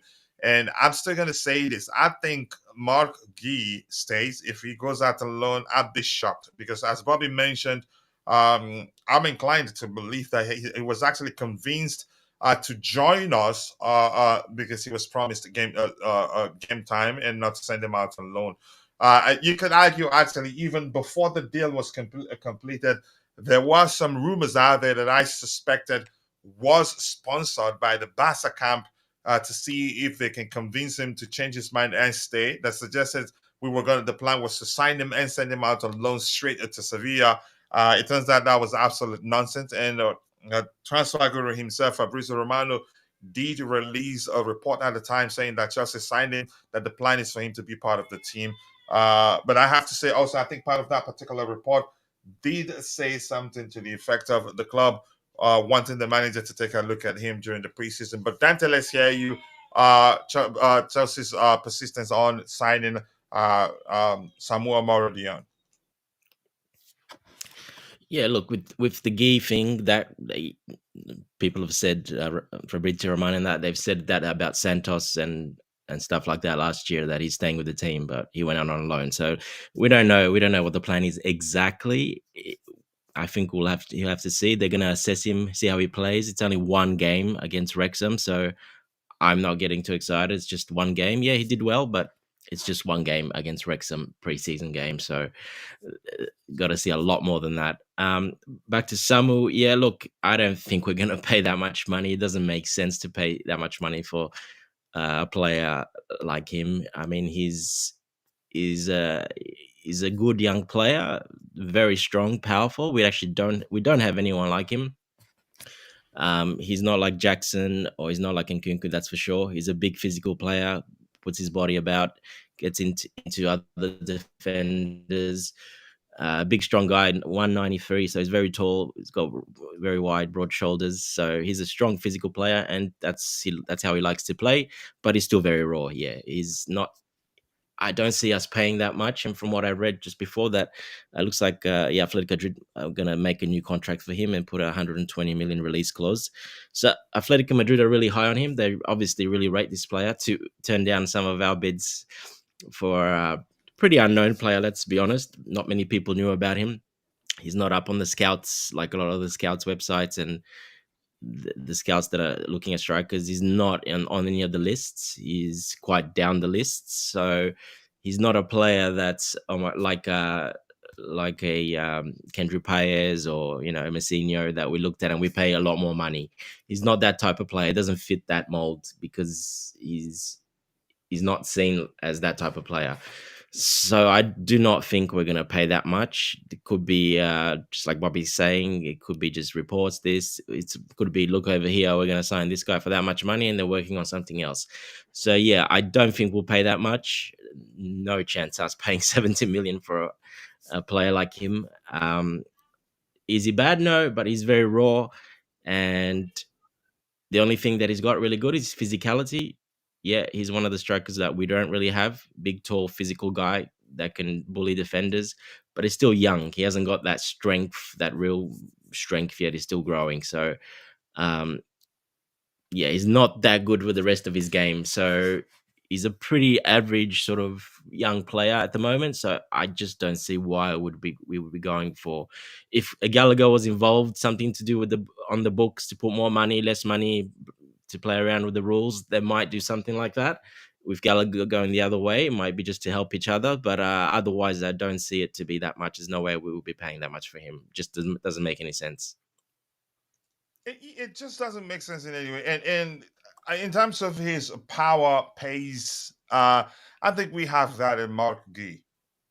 Or maybe It's a he's different bigger. tower. He's got a different type of power and pace. Margie's, he's not that fast. He's more slow, a little bit of acceleration. Where Samu is a big physical, he's fast and he goes into defenders hard. He runs more. He's quick. He's much quicker than Guy. So it's a different skill set, very different from Guy. Guy is more technical on the ball at his feet, where Samu likes the ball in space to run hard at defenders, and is more your typical number 9, but with speed. So Guy is a better player than him, in my opinion. Guy is better than him, technically And wise. Greedy can actually fulfill that number 9 role while look at Samu, in my opinion. But I get where you're coming from. Keep dropping the likes on the stream, people. 109 people watching, 44 of those on YouTube. The rest on X. If you're following the show on X, please do us a favor. Kindly like the video on X, share to help us reach more people, and also do follow our X account to help us grow. And if you can come and join us on YouTube, we'd really appreciate that. So thank you so much, people. Keep dropping the likes on the stream. The likes do go along with this particular report here. What about Philip Jorgensen? Rumors are that we are on the verge of completing that particular deal. So hopefully we get that deal over the line. In my opinion, I think he's better than the goalkeepers we have right now. But that's up to the manager to decide whether he or Robert Sanchez will be the number 1 goalkeeper. Speaking to Bobby, there is right players from all the teams will target. We target us to get us injured. So I pray that Chelsea players will be fit the rest of the season. Hopefully that's important. Why do you keep changing? Why do you keep charging ChatGPT subscriptions? I'm not sure what you're saying there, man. You are confusing me. I don't think I understand that. I have to be honest with you. As much as I'd like to understand, but no, I don't understand that joke. I like reading your jokes when you're in the chat, but that one I don't understand. So let's move on to the next one. We've talked about this. We're talking about Samuel Moradion. I think we were here, but I had to go back then to hear Bobby's opinion. And I think you've spoken about Chalobah too. Probably you were reluctant to speak about him because you've spoken about him already. And this is saying Cole Palmer is being earmarked by Maresca for a more consistently central role. Maybe let's say 10, maybe. And in the 4-2-3-1, if it comes central, which means non-nomadic, gets a chance, so someone else, some of the right winger gets a chance on the right hand side. But let's say you how does that change how we approached the game last season? If you don't mind, Dante, if you're there. Yeah, look, I like I kept saying, I see Cole Palmer playing in that number 8, attacking number 8 role. That's where I see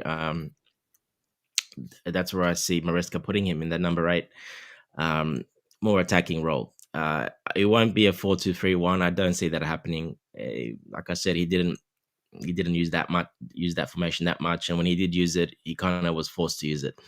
Some players injured and stuff like that. So I don't see him using the 4-2-3-1, but he will use this, and he will be the attacking 8. That's what I've seen, and the type of player like he plays there, he likes that type of player, and that's also where we are still looking for another winger as well, because Noni will be probably that starting winger there, and we're still looking for another right-footed winger to play on the right wing, or left wing, both wings, but mostly the right wing. So that tells me that he does have that plan for him to play him centrally, and it will be in that number 8 attacking role. Because like I kept saying, Maresca's wingers, when he plays this formation, they stick to the sideline. They don't get involved in the play much. They're there to hold width and touch the sideline. So Palmer's not going to be doing that. I can't see him doing that role. There's no way he's going to do that. So yeah, he will. I'm pretty certain he'll play the number 8 attacking role. So, yep. I believe that's the great spot for him. It's like a roaming. It's like an 8/10. You can whatever you want, but it is an 8 on the paper. But he will be obviously a bit more forward. The other 8 will be a box to box, which will be your Casado. Most likely will be a box to box, and next to him will be that, and then the one behind the 6/8, which will be probably depends who can be that. Lavia, obviously Lavia or Enzo, one of those two. So yeah, we've got depth, we've got problems, which is a good problem to have. We've got players behind him. And that's why I was saying Kieran Dewsbury-Hall, I see him playing to being the 8 that comes on for Cole Palmer in that position. I don't see him starting over Cole Palmer because I have something to add to this, really. Continue, but it's very interesting. Continue. Yeah, I don't see Kieran Dewsbury-Hall starting over Palmer in that position. But from what I've seen, what he does when we play low block teams, like the lower half teams that are really sit back, he can put a player like Cole Palmer on the right wing, because then obviously the low blocks, there's a lot of people, it's much more traffic, and the wingers get involved a lot more. So when we play low blocks, I can see KDH playing in his role, but when we don't, I see Palmer starting in that 8 role. Go ahead, Bobby, if you want. Sorry, I just Yeah, Bobby, go ahead. Yeah, that's really interesting. There are some players that I say I like to class them as they're just not fashionable, in that people tend to overlook them. And I'm thinking, wow, this is a brilliant player, but it takes people a long time to really understand who that player is. And I think it's going to work to his advantage. And in this case, I mentioned Carney. Now, I watched, as I said, I'm taking a very keen tactical interest in preseason. I did so last year. I want to do so even more this year. Carney played 90 minutes. I think part of the reason he was put there is that I know he was occupying that sort of Cole Palmer position. And I think my theory is he's going to be the rotational with Cole Palmer, sometimes playing together, a lot of the time rotating with each other. I think that's where Cole Palmer is going to be. And that's why he elongated him there, because he's going to utilize that player. Cole Palmer is somebody who's very effective all along the attacking right side. And he actually showed us at times with Pochettino that he can even drop deep in midfield and anchor, even if he has to, for a short period of time. And Carney is very much the same, and some.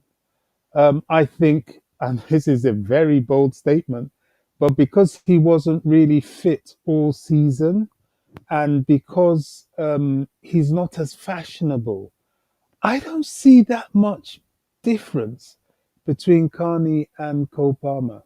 Yes, Cole Palmer's a goal scorer. Yes, Cole Palmer's a penalty taker. And well, the big difference is that Cole Palmer is fitter, but Carney has a lot of qualities. He has good close control. He can score, maybe not as often as Cole Palmer. When they're together, they're deadly. When they're apart, they're deadly.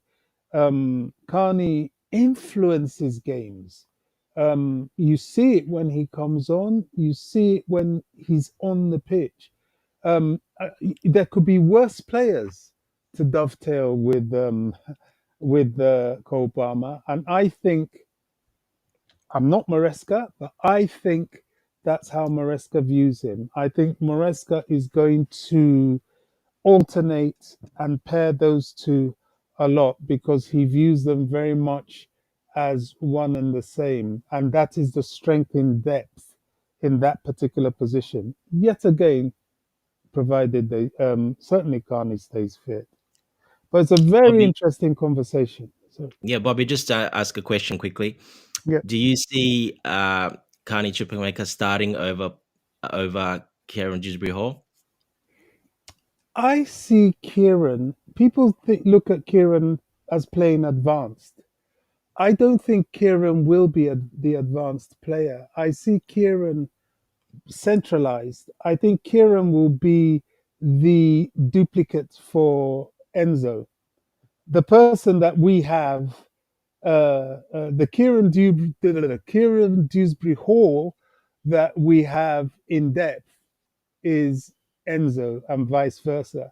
So what I explained for Carney and Palmer is what will I believe will be for Enzo and Kieran.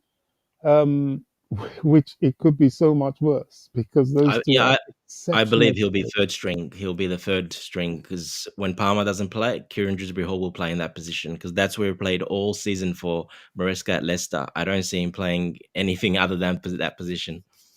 Yeah, I mean, I can't argue with you. You know, I don't know. Until they play, we won't know. But I see your point. I respect it. It's a Yeah. very valid point. But I just thought, you know, I'll throw a little curveball and try and think a little bit outside the box because Maresca will be doing exactly that. He's not going to come up verbatim with what he did at Leicester because these Premier League managers will just take him to pieces. You saw how he struggled slightly tactically with Wrexham when they put their low block on him. He had to make sure that his guys then moved the ball quickly. What I liked was that at least he had an answer, and often last season we wouldn't have had an answer. Yeah, 100%. So yeah, it's a very interesting conversation to have, and at this point in time, every sensible opinion is valid as far as I'm concerned. It's a great problem to have when we have depth that you can't go wrong with depth. So it's a great problem to have actually. Absolutely, absolutely. Yeah, and Carney, didn't he play? He played 90 minutes, right? And I'm not sure what to make of the fact that he played 90 minutes. I think the manager wanted to see something in him, tried We him in really wanted multiple to look at him, positions. yeah. Yeah, he started on the flanks and then came central as the game progressed. And as the game progressed, he did better. Maybe he did better when he came central. Kuchila, just okay, enjoy. I don't have to read that.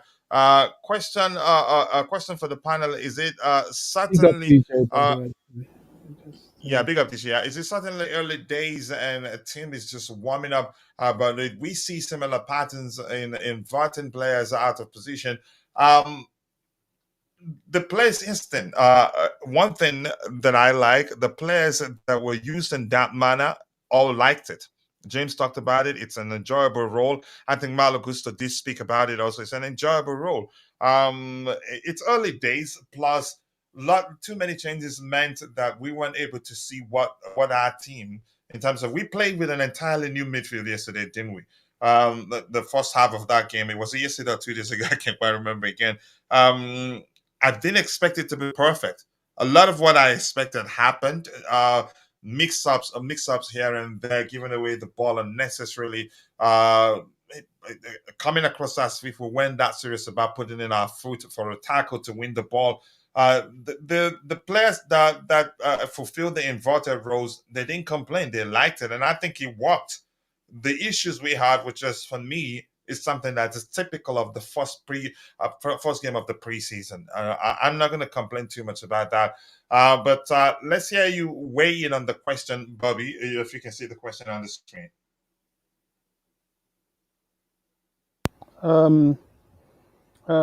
This is from JC. Big up, JC. A question for the panel. It is certainly early days, and team is just. I can't see the rest there. Did we see similar patterns in inverting players out of position? There's a bit that the messaging has covered from that. Team is just what? Can you? Team is just what follows that word just. Coach, can you see it? Because I can't. The message is obliterated on my. Warming up, All Bobby. right, yeah. Yeah, I mean, Jay-Z's right. The team is just warming up. It was the first preseason. Nobody, apart from Carney, played 90 minutes. There was massive rotation, as should be. Players are rusty, beginning to get into the rhythm of the new instructions. Nothing surprised us. You're right, JC. The only thing I don't agree with was inverting players out of position. I don't think they are out of position. Reece James was a midfielder who drifted out to the right. I've learnt that Malo Gusto was a midfielder who Yeah, he drifted was out to also the a right. CM. Yeah. So I don't see that at all. I think what modern football is an optimization of the positional and tactical abilities of the players. And the more multifunctional you are, the better you are as a player in a system, and a system that needs to be able to reinvent itself. You cannot, especially in the Premier League, you cannot be unilateral. You cannot be predictable. You cannot be, oh, this player stays here, this player stays here, and we go out like that every day, every day. That you will be torn to pieces. You've got to keep the opposition not quite sure whether you're going to go right, whether you're going to go left.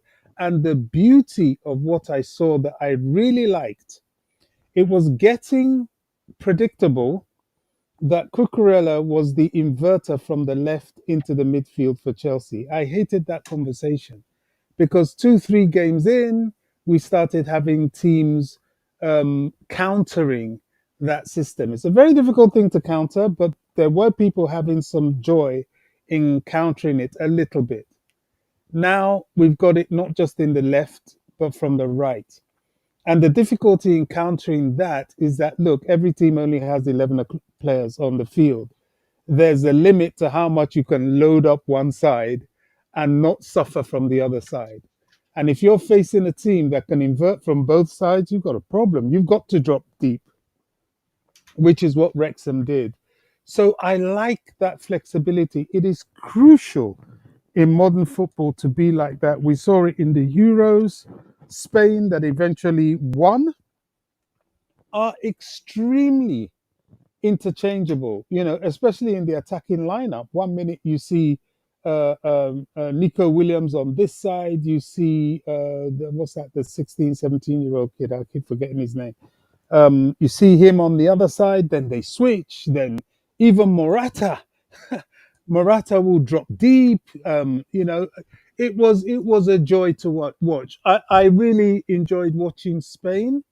I was in Germany for the tournament, and when England lost, I wasn't sad. I'm used to it now anyway. But I wasn't sad because I put myself in a mindset that I was going to enjoy some good football. And boy, did I see some wonderful play, interchanging play, people that would move up from this side to that side. And what a lot of people didn't notice, which you would have had to see live, was Cucurella switching from left back to right back. That happened a lot. And actually, I think it gave England problems because they were trying to make him the weakling on the left. Next thing you knew, he wasn't there, and then he's on the right, and it was a beauty to watch. So look, interchangeability is part of modern football. You better get onto it. If you don't get with that program as a player, you will be benched. And certainly with this Chelsea team, you don't stand a chance. You have to offer more than your ability to play just one position. Thank you so much for that detailed answer We're, there. I we're think even asking our goalkeepers to flipping play sweeper. So, yeah. you know, You know okay. that. I think the more importantly, as I said before, those that played in fulfilled the roles, they enjoyed it, and two of them they've had experience of playing in the midfield already, so that makes it easier on the manager. Renato Vega is also there. He will start in the left back position, but come central, or can also start as a DM. Dante, I don't know. Do you have anything to add to that, or should we just move on? No, it's Bobby's pretty spot on.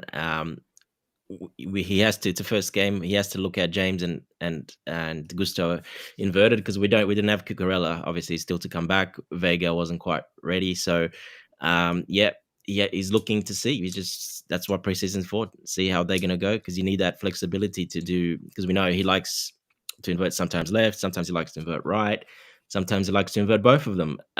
So like you said, you need to have that unpredictability. It's modern football. You need that. You can't just keep doing the same. So yeah, look, it's just having a look, simple as that, seeing if they suit the role and how they're enjoying it and how they link up with players. And yeah, early days, but yeah, we'll see a lot more in the next few games. Yeah, let's talk about this while we're still at it. We have Renato Vega who can invert. We have Cucurella. He can fulfill that role. On the right hand side, we have two players who can. On the left hand side, as good as anybody argues that eventual he's a good defender, maybe good offensively. I don't think he'd be able to fulfill that role effectively. And the rumors are, I haven't seen the video myself. Those who've been watching, who watched our last training before we traveled, or is it after we traveled, are saying that he was training with the wingers and not the defenders or the midfielders. Whereas Rhys James, Renato Vega, and Malo Gusto were all training uh, with the midfielders. What do you think? What do you make of that with regards to Benchill's chances of getting Yeah, being coach. part of the squad? I don't know, or however you I want to see it, but I think that's telling, really, if in fact that was the case in the last training session. If that's the case, that's very telling. Look, I keep saying from the start when Maresca already, and I started looking at Maresca, he doesn't fit the style too much. He can't invert. He's not that type of guy. Defensively, he's not that good, and we saw that in the Wrexham game. He came on and looked pretty shocking, and he had actually good. Like he's been training for a while, and he's done. He looked really fit. He was action to go, and he came on. He didn't do too well. The back post, there was two players in that goal. One of those goals. Uh, wasn't marking the players. He was just looking around. He was lost positionally a lot of the times. He's just not there. He wouldn't. He does just unfortunately. He's one of those players that doesn't fit the system very well. He's one of those players that just doesn't suit the style, and he's gonna struggle to play. I think. If he's training with the wingers, well, that tells you a lot as well, obviously. Um, but if we're gonna move him on, if we're trying, I've seen reports that we are trying, but it's not that easy.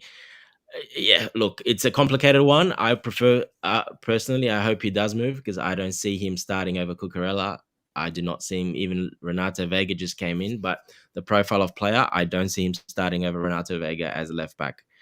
And you need a player that's able to invert in Maresca's system, left back or right back. And Chilwell does not do that. Yeah, Well, he we can do knew that that if he's told to, before but he's time, not good at it and because he yeah. runs with the ball very far away from his feet.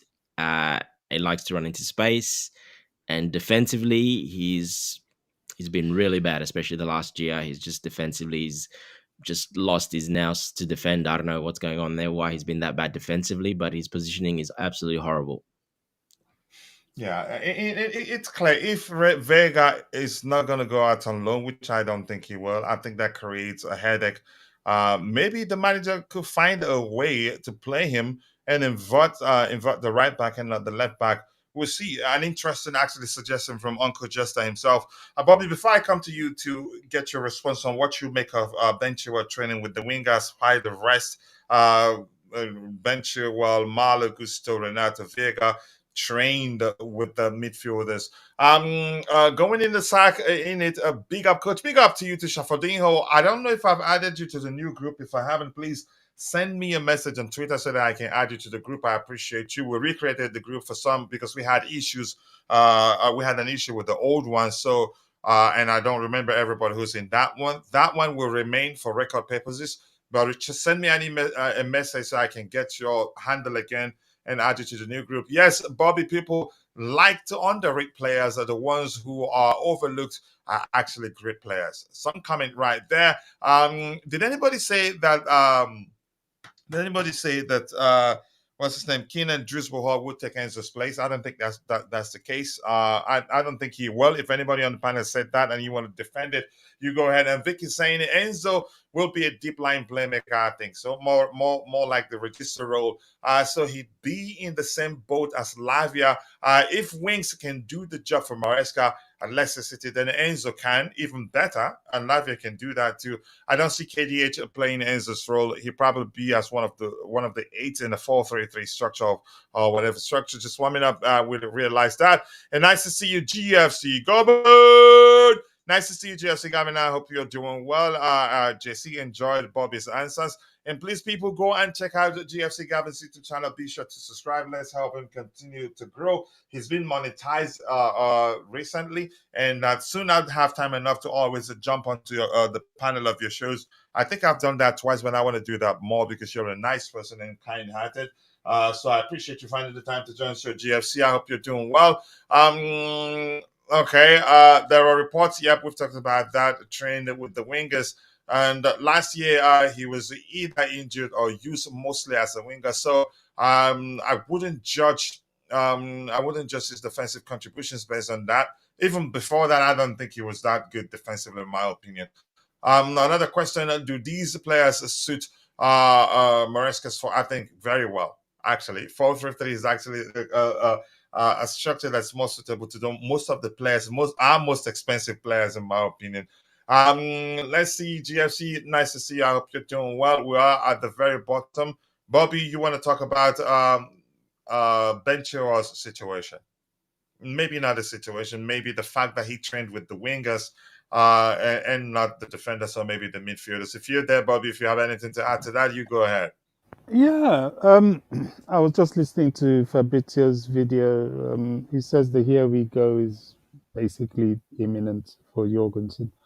And sort of before I go on to Ben Chilwell, I don't think there's any issue with Chalobah, but what I'm beginning to suspect, especially if we sell him, that there may be an issue with is Petrovic, because getting rid of him and putting Sanchez in his place still to this day makes no sense to me. But moving on to the question, Ben Chilwell. Ben Chilwell concerns me still. I need to see a full season from Ben Chilwell. He's been at Chelsea now 2.5 years, and his appearances, save for his first season, or was it the Champions League winning season, have been nothing short of abysmal. He really has not played any football whatsoever as such.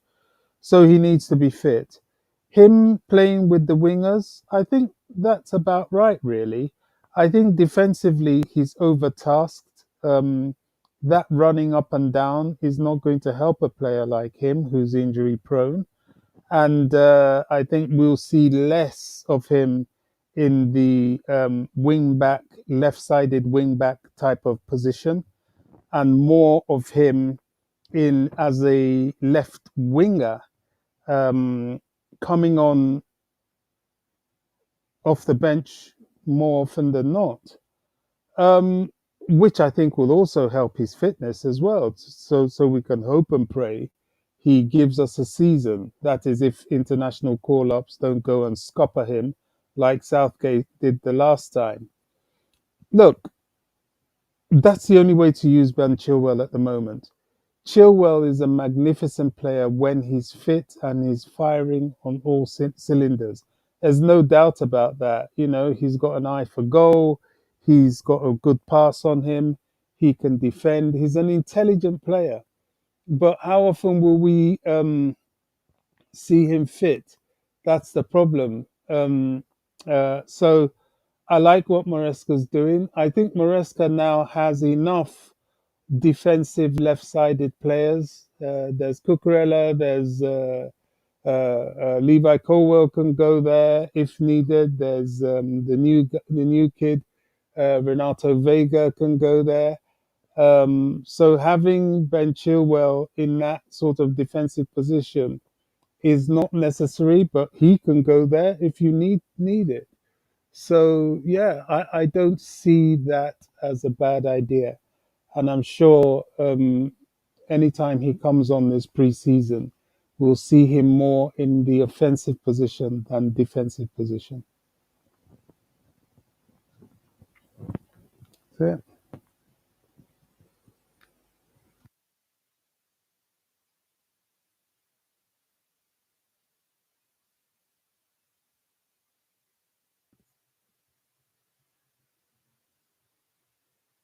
Coach, you're muted.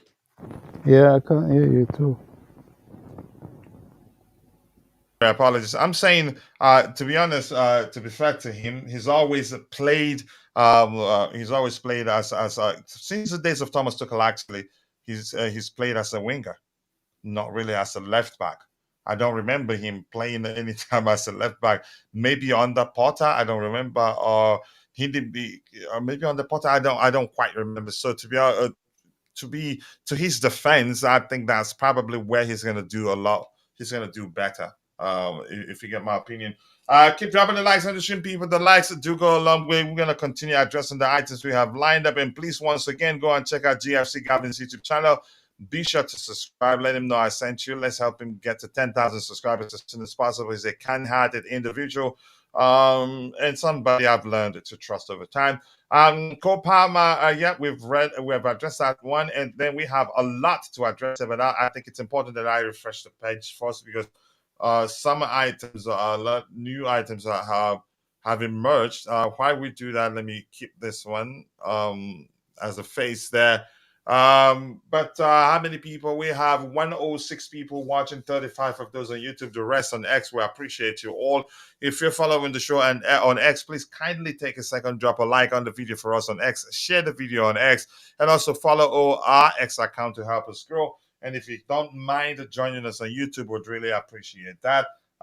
54 likes. We can do a lot better than that. Let's get the likes up, and also do subscribe to the channel if you haven't. And to those of you who are following the show, but for one reason or the other, you're not able to participate in the chat, just know that we appreciate you, because you participating in the conversation along with you watching the video alone without participating in the chat does go a long way. We appreciate that. But if you can take a second and drop a like for us on the stream, we'd really appreciate that. In the case of Petrovic, Petrovic is expected to leave Chelsea. That's according to Fabrizio Romano. Yeah, that would be shocking to a lot of people. I knew, again, I believed when I started hearing that Robert Sanchez will be starting over him, and that's because the numbers at the end of the season showed that Sanchez did finish the season better than him.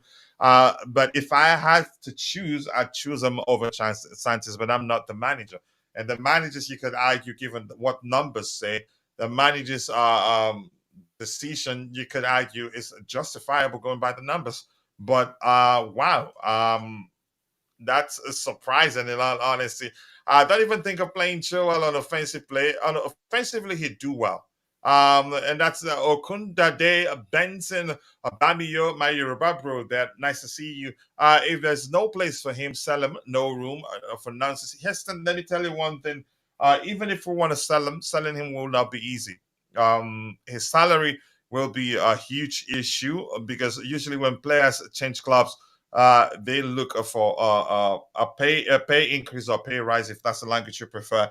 And in this case, it wasn't like he ripped up trees last season that there be so many clubs, you could say, interested in signing him, and are willing to give him a pay rise, and are willing probably to pay us what we're looking for. The asking price, and that's because he signed. When did he sign a new contract? Was it 2 years ago or a year ago? So even if you want to sell him, selling him will not be easy. But we move on from that. So this states that Petrovic is expected to leave Chelsea, unfortunately.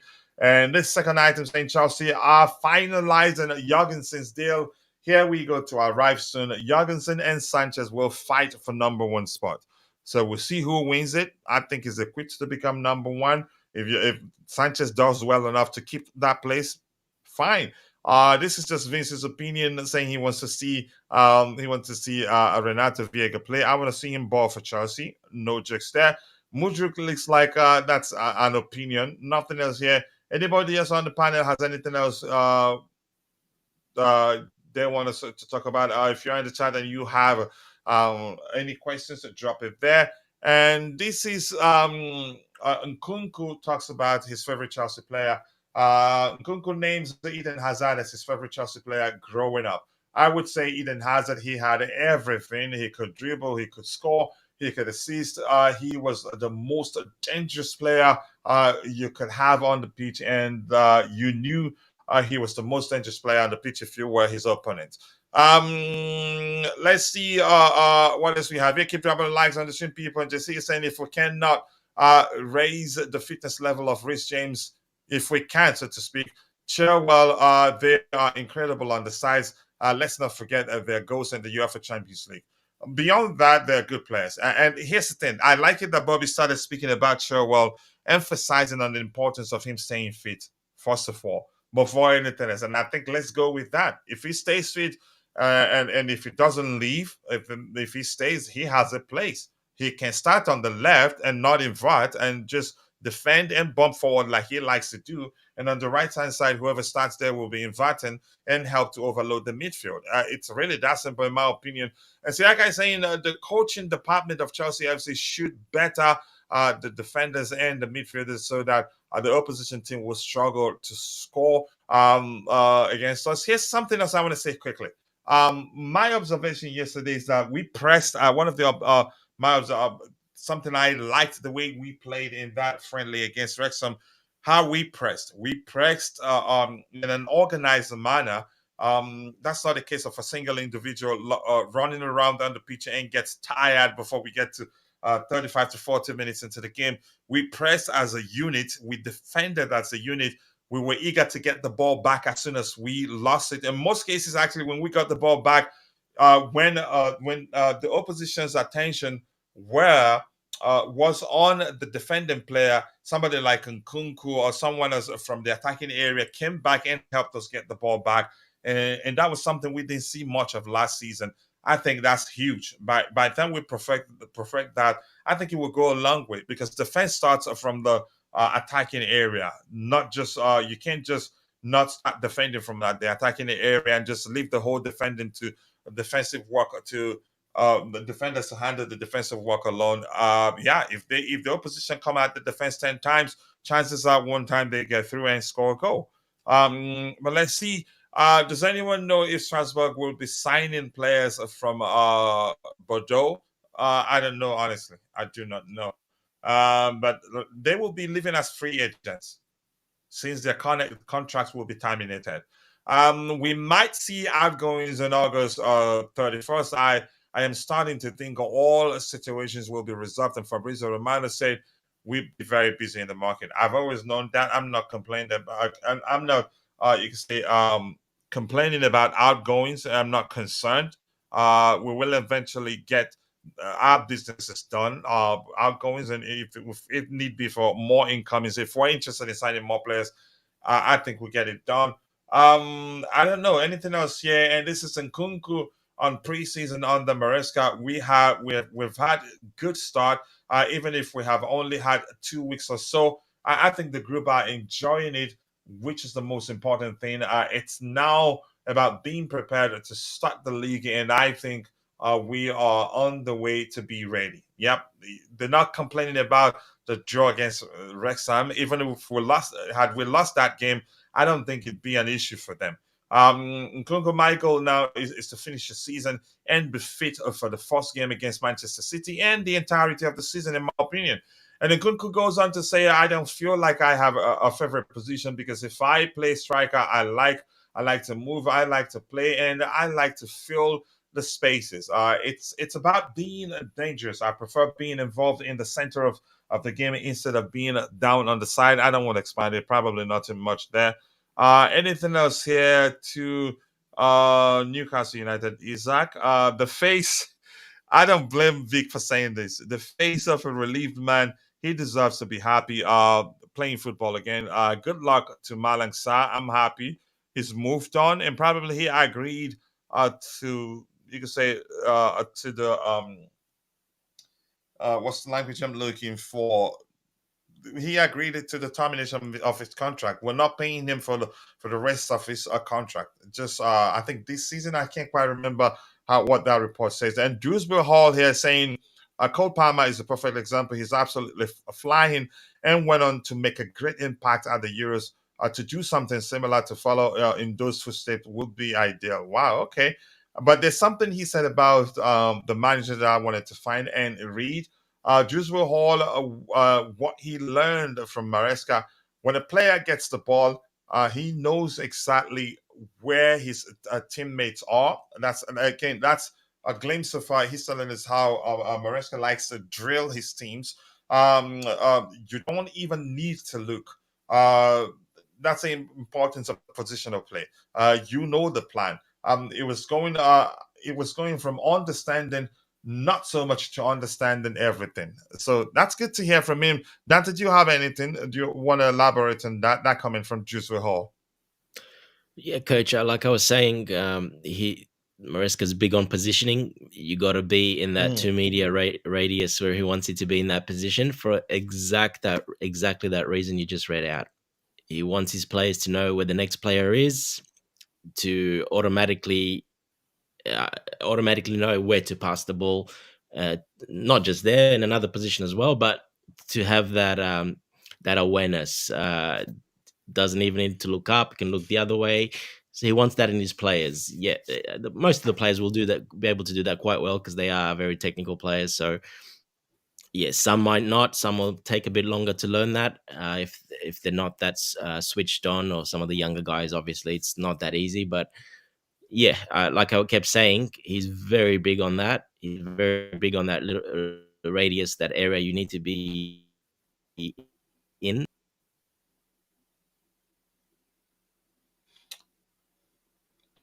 Yeah, I mean, he's Go ahead, always Nancy. going to change it Your around connection quite a is bit. flipping. Won't Yeah, be go just ahead. the same thing every game, but before each game plan will be the game plan will be done before each game, and yeah, you have to know those things. You have to have a bit of IQ. You have to be a bit smarter player to know that. So it'll be interesting to see how that develops, and you'll be able to pick out the players very quickly that don't have the highest IQ, that can't do that.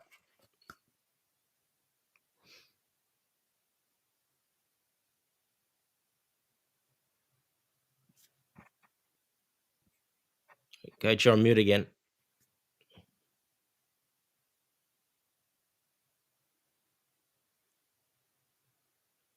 Making decisive runs under Mauricio Pochettino, I think that changes. The approach under Maresca will be a lot riskier, but I think we'll be scoring a lot of goals. We'll concede a few until we get used to the system proper. But I think we'll be scoring a lot. Probably we'll be out This is scoring more for our the opponents. coach. It's Yeah, more go for the ahead. midfielders. This is more for the midfielders. The wingers, they're the ones that are going to be running into space and keep the width, like I said, and they're the ones that when they put through balls, that's different. What he's talking about there, it's the midfield group. That's why overloading the midfield and that midfield area, mostly that's what he's talking about, that midfield area. Yeah. Thank you so much for that, Bobby. Anything else you want us to talk about, or if you're in the chat, if you have any questions, drop it, and we will try to address it. Nothing new has emerged. We've addressed everything out there. I don't know. Let's see who joined. Did anybody join? DJ, if you're there, anything else you want us to talk about, or do you have anything you want us to address?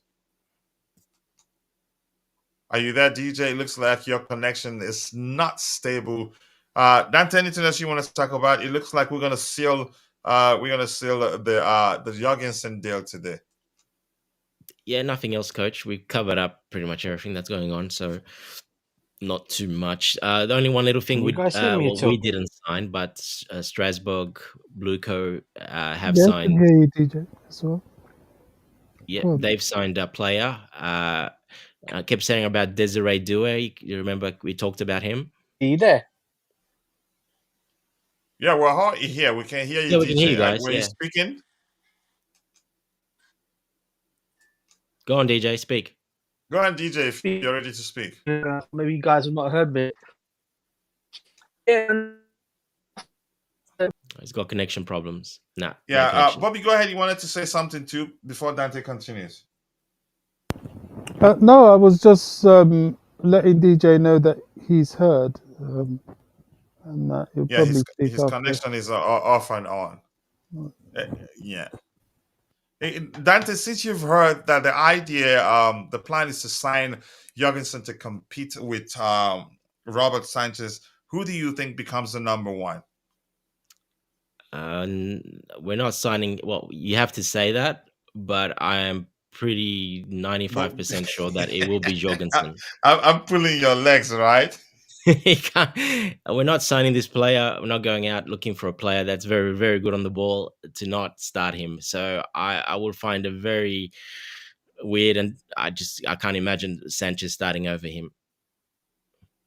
I don't see that happening too. I think he's going to be starting over Sanchez, in my opinion, but maybe not immediately. Maybe he gets a chance and boom, the manager decides he's the guy for me because he has a better passing range, to me, better passing, a shot stopping, and he emerged as he can with the top saves in La Liga last season, didn't he?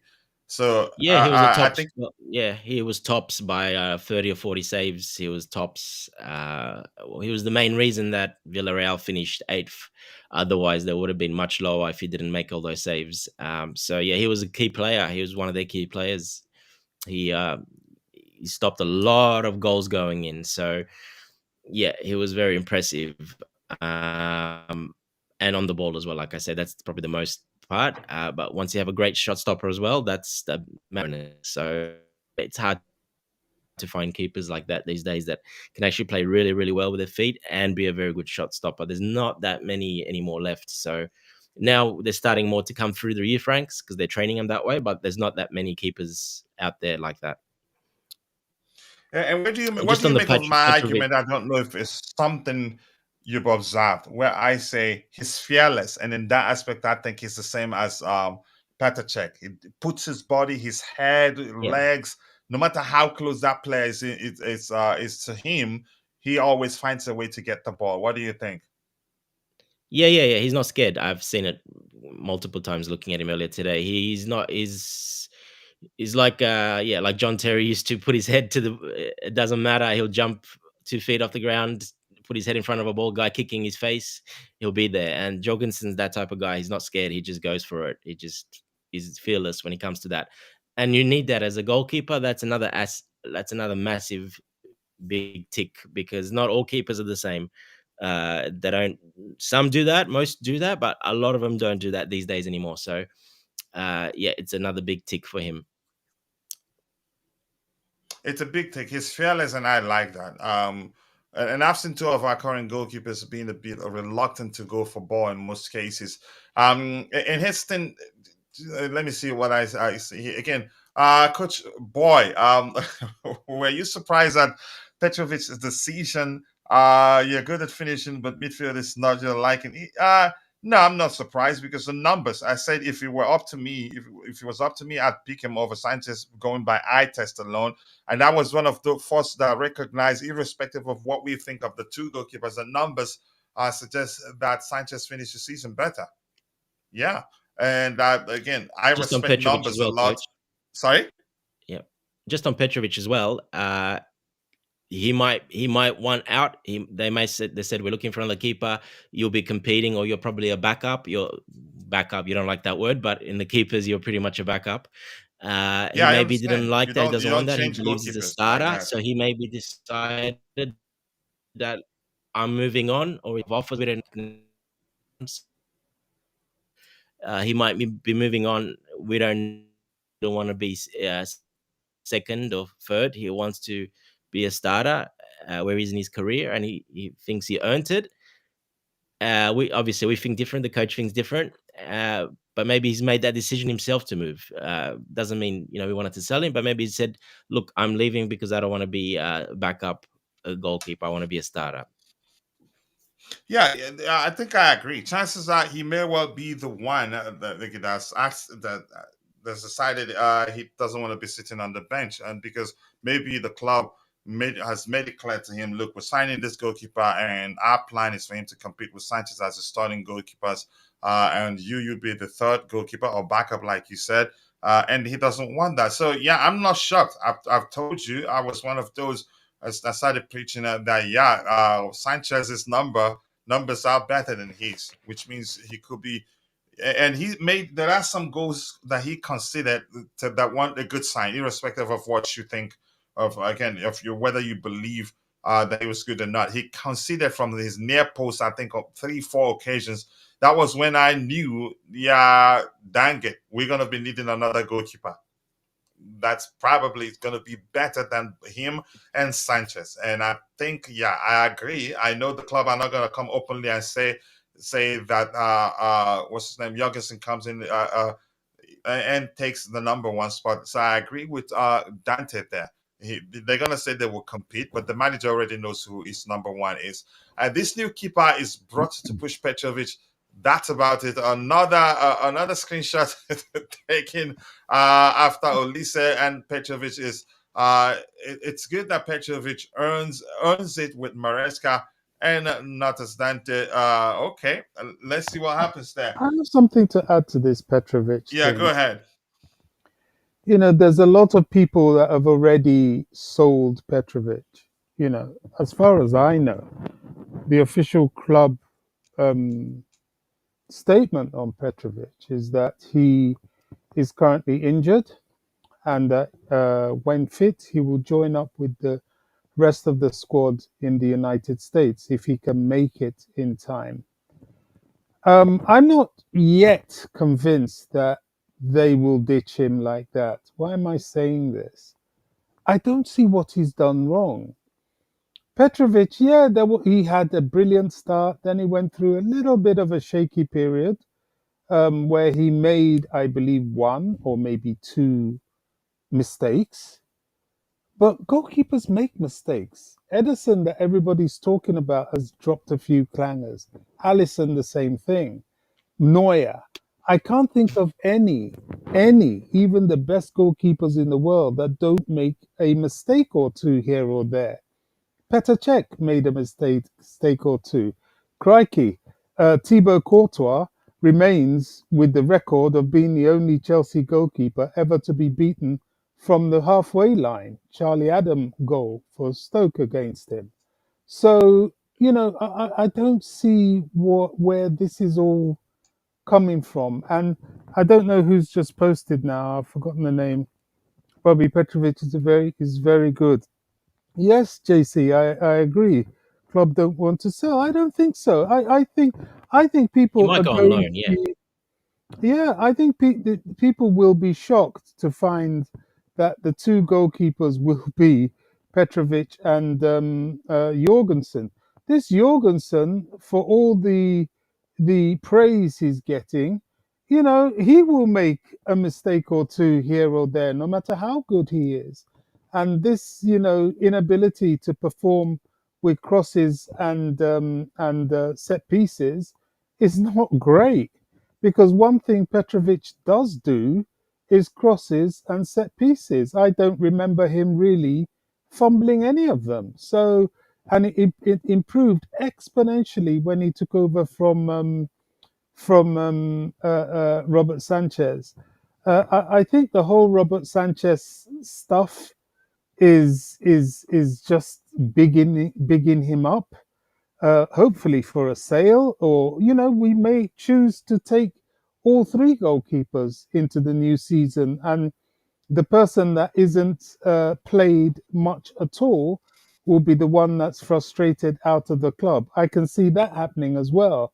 And then Bertinelli being dropped, because I mean Bertinelli is just he doesn't do anything. That could well be the case. We could have all three of them at the club. There's nothing wrong with that either. Then they can all battle it out and may the best man win, because they're all in and around the same age. They're all in and around the same cost. I know Petrovic is much cheaper. They're all in and around the same developmental requirement. So nothing really stops us from keeping all three. I maintain, as I've said on your last platform, Coach, getting rid of Petrovic makes no sense whatsoever. And I know, people like Vince and that they're very into all this, who Petrovic is going to leave. I'm not convinced that's going to happen. I'll have to see it to believe it. When he says leave, And, Bobby, and Bobby, I think here's they're the talking about reporting loan. question. The reporting Well, question that even has that, led the reporting question that has led to this conversation here is saying Petrovic is expected to leave. It didn't specifically say whether he's going to leave on loan or whether he's going to be on a permanent move away from the club. But I'm going to say this again, and the points everyone has made, those in the chat and all of us on the panel, is understandable. And if it were up to me, I'd keep him over Sanchez. yeah. The fact is Me not too. that Yeah. both are relatively good on the ball, but not perfect at it. But he makes quick decisions that Sanchez maybe sometimes a bit reluctant, not quick in deciding what to do with the ball. And here's the reason. I did say this. I think even at the time, it was I and Roger at the time defending Sanchez, knowing fully well that he hadn't played for a while before we signed him. If you remember that time. Mm. Plus, chances are he was a bit rusty. And if you ask him, I think he'd tell you he wasn't expected to be our starting goalkeeper. But Kepa left, you could argue, in a hurry. But once Yeah. Bayern was the first club that came calling for Kepa, and boom, he wanted to leave, leading to us, leading to Sanchez becoming the starting goalkeeper, even though, again, he wasn't ready at the time. So And, there and are reasons Petrovic why was expecting to be the standing goalkeeper, was he? he I'm just Yes. wasn't trying either. to put the But word he out got there. the opportunity because Sanchez got injured. Do you Well, remember? there you go. So, and Yeah. he didn't let So us down. So I'm not yeah, buying you this. could argue he did well because I didn't expect him to do as well as he did. But in all honesty, given Sanchez's what you could call it pitfall, or maybe his weaknesses, or maybe what has led to people saying that Petrovic is better over him, are things that when you look back, the factors I mentioned, you could excuse it. Chances are that if he plays more, he'd become much better. But Dante, go ahead. You were saying something, and I cut you off. Apologies for Do that, you by do the you way. still have that graph where the free keepers, where the passing short percentage of passing and stuff like that? I think I can still open it. Yeah, let me open it. Yeah. I Honestly, But if you mean, Dante, in this remember that is a post, there's a post I had on X where I said, look, these goalkeepers, my biggest concern about them is that where the other one is good, the other one lacks, and vice versa. what's the most important, you think, in Maresca's system? What is the most important stat for a goalkeeper to have? well, keep the Passing. ball out the blooming net. That's your job to start off with. Shot Before stopping anything is one, else, yes. you What's know. the And second? ooh, well, I would say in the Premier League, you've got to be good at set pieces and crosses and corners. I would put all this ball play, sweeper, keeper stuff as way down the list, maybe third down the list. Obviously, you've got to know what to do when the ball's at your feet in a slow build up team, of Yeah. course. But I think Petrovic is good enough on the ball. I haven't seen him fumble anything. In fact, I was more scared when the ball was at Sanchez's feet than Petrovic's feet. None of this makes any sense to me. Honestly, I can't Yep. see what people are saying about this guy. It's just not true. In my humblest of opinions, that's not the goalkeeper I'm seeing. I Uh, agree. y- I think he can pass very well. He did not make one mistake passing the ball out and about.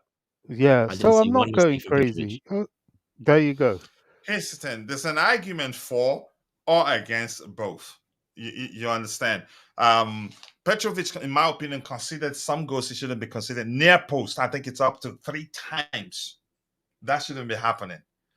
The, the and there are saves he made that I didn't expect him to make either.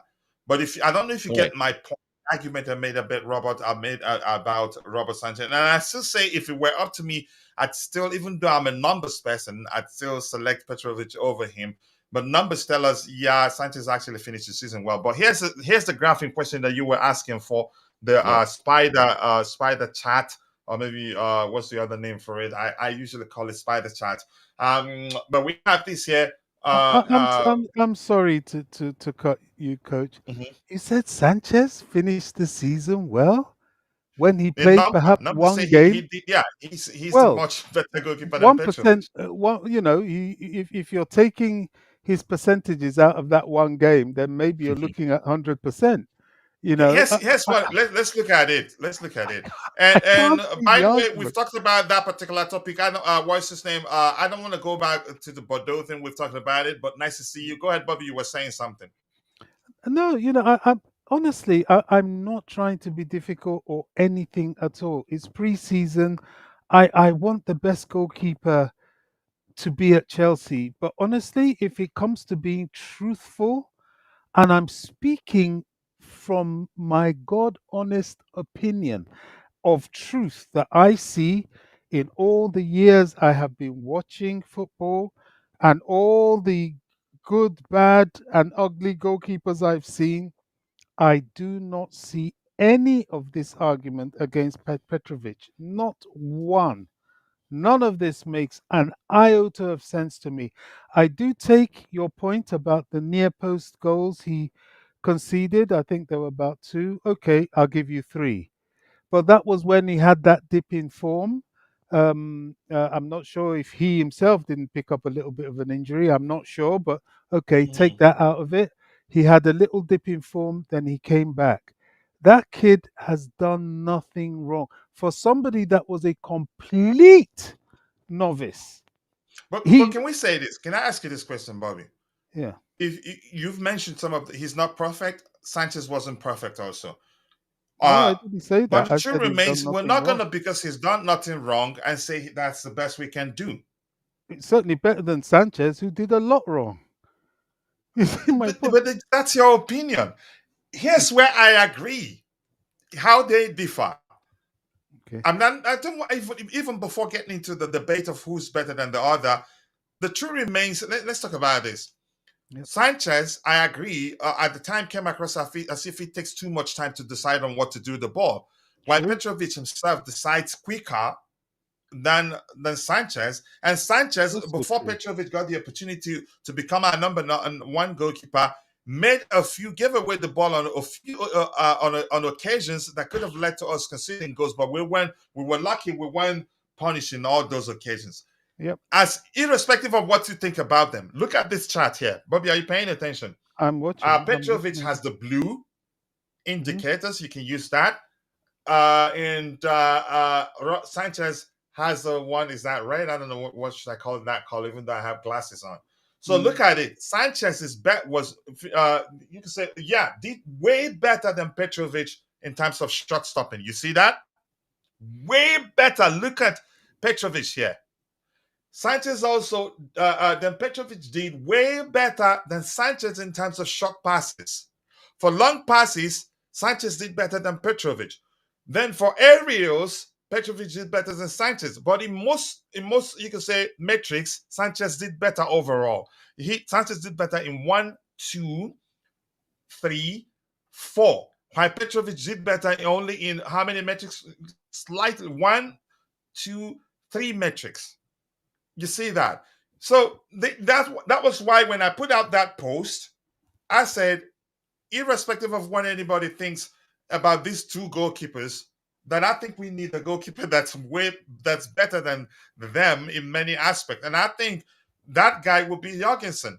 He's close, not far-fetched Yeah. in terms of defensive actions, not far-fetched in terms of exits, not far-fetched in terms of passes, but his short passes are excellent, which is very critical. In terms of shot Yeah. stopping, he's better than both of them. So if you get the You know. point, if you don't look beyond what your eye Mm. tests tell you and try to justify it with the numbers, I think you just decide without, you can say, you're not going to decide objectively. But go ahead with what you were saying. Yeah, I mean, I take what you're saying. I'm enjoying the conversation because I'm actually looking to see if there's anything I can hang on to convince me. But this Yeah, kind of that's good. Yeah. comes to my mind of the saying lies, damn lies, and statistics. In that you can use stats to try and show anything, really. The optics in this case, to me, is the best judge. And our defense seemed more confident. The optical performance between the two goalkeepers was night and day. So if in the stats, out of maybe three long balls taken, Petrovic is just an example. Successfully cleared one. I mean, placed one, and Sanchez placed three. It's almost irrelevant to the optics and the process of the game. However, Mhm. it's noteworthy, but I'm not convinced by this at all because I know what I saw. And what I saw, my eyes weren't deceiving me. It doesn't deceive you. No, and it's funny, but well, we're not the people to make the final decision. Maresca is, and he's the manager. But this is one that baffles me no end because I do not look at Sanchez as a good goalkeeper at all. And honestly, I would like to say, if a player performs, I will always give him his flowers. I always use the um, Thiago Silva example. I was so wrong about him. He came, he started ripping up trees. Later on in his Chelsea career, he showed his age, and I think he left at the right time. I really do. I wouldn't have liked to see him for one more season because I think it would have been terrible for him in the Premier League. But I like to be proved wrong about players. In this case, I can't see it. Time will tell. That's all I can say. But Yeah, it's an and I'm gonna interesting say I conversation. think given that Jorgensen does way better than both in short passes and as for shot stopping, he's better than both. Plus, he's not far behind in terms of other metrics where you could say they eclipsed him a bit. I'm gonna come to Dante. He was the one to say that said I should pull up this. I'm gonna come to him in a bit. Yeah, but coach, last season they were not established and rehearsed passing lanes. Yep, and I think I've made that argument too before, and I think I agreed that might Okay, have I led can to hear Sanchez that. not being at his best. I can Um, hear that. I can hear that very well. But yeah. still, the optics I don't lie. sorry. But still, even with that, I hear that is a very strong point. But still, the optics don't lie because they Yeah, both had it's a an excellent chance. story. Yeah, I agree. Again, lies don't lie, numbers don't lie as well. But we need to work with both. I wouldn't blame any player for structural weaknesses yet. I think I agree. I've made that argument before that the fact that we weren't properly rehearsed at the time could be a huge issue. But thank you for bringing it up. Big up to you, Mabas05, my Iraqi bro. Nice to see you. I hope you're doing well. And this is saying, Coach, stats are constructed at different situations. Yeah, we basing off again. We're basing off of how they finished the season. How many goals did Mamardashvili concede because he played in Georgia? I get where you're coming from, but you need both. You can't discredit one. There are things that aren't quantifiable that only your eyes would tell you how good those things are. Ekomis is saying big up Blues.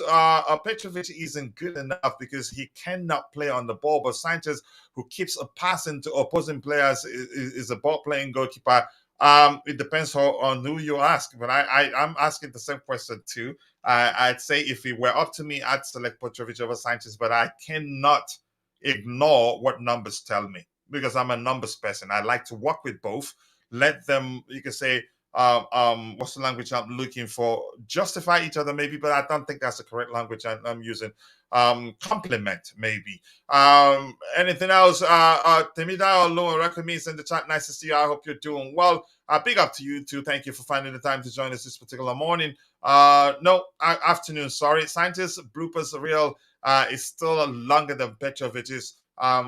Yeah, but you have heard my argument. I think any team, if a goalkeeper is very good on keeping clean sheets, he will stay number one, no matter how good or bad he's on passing the ball.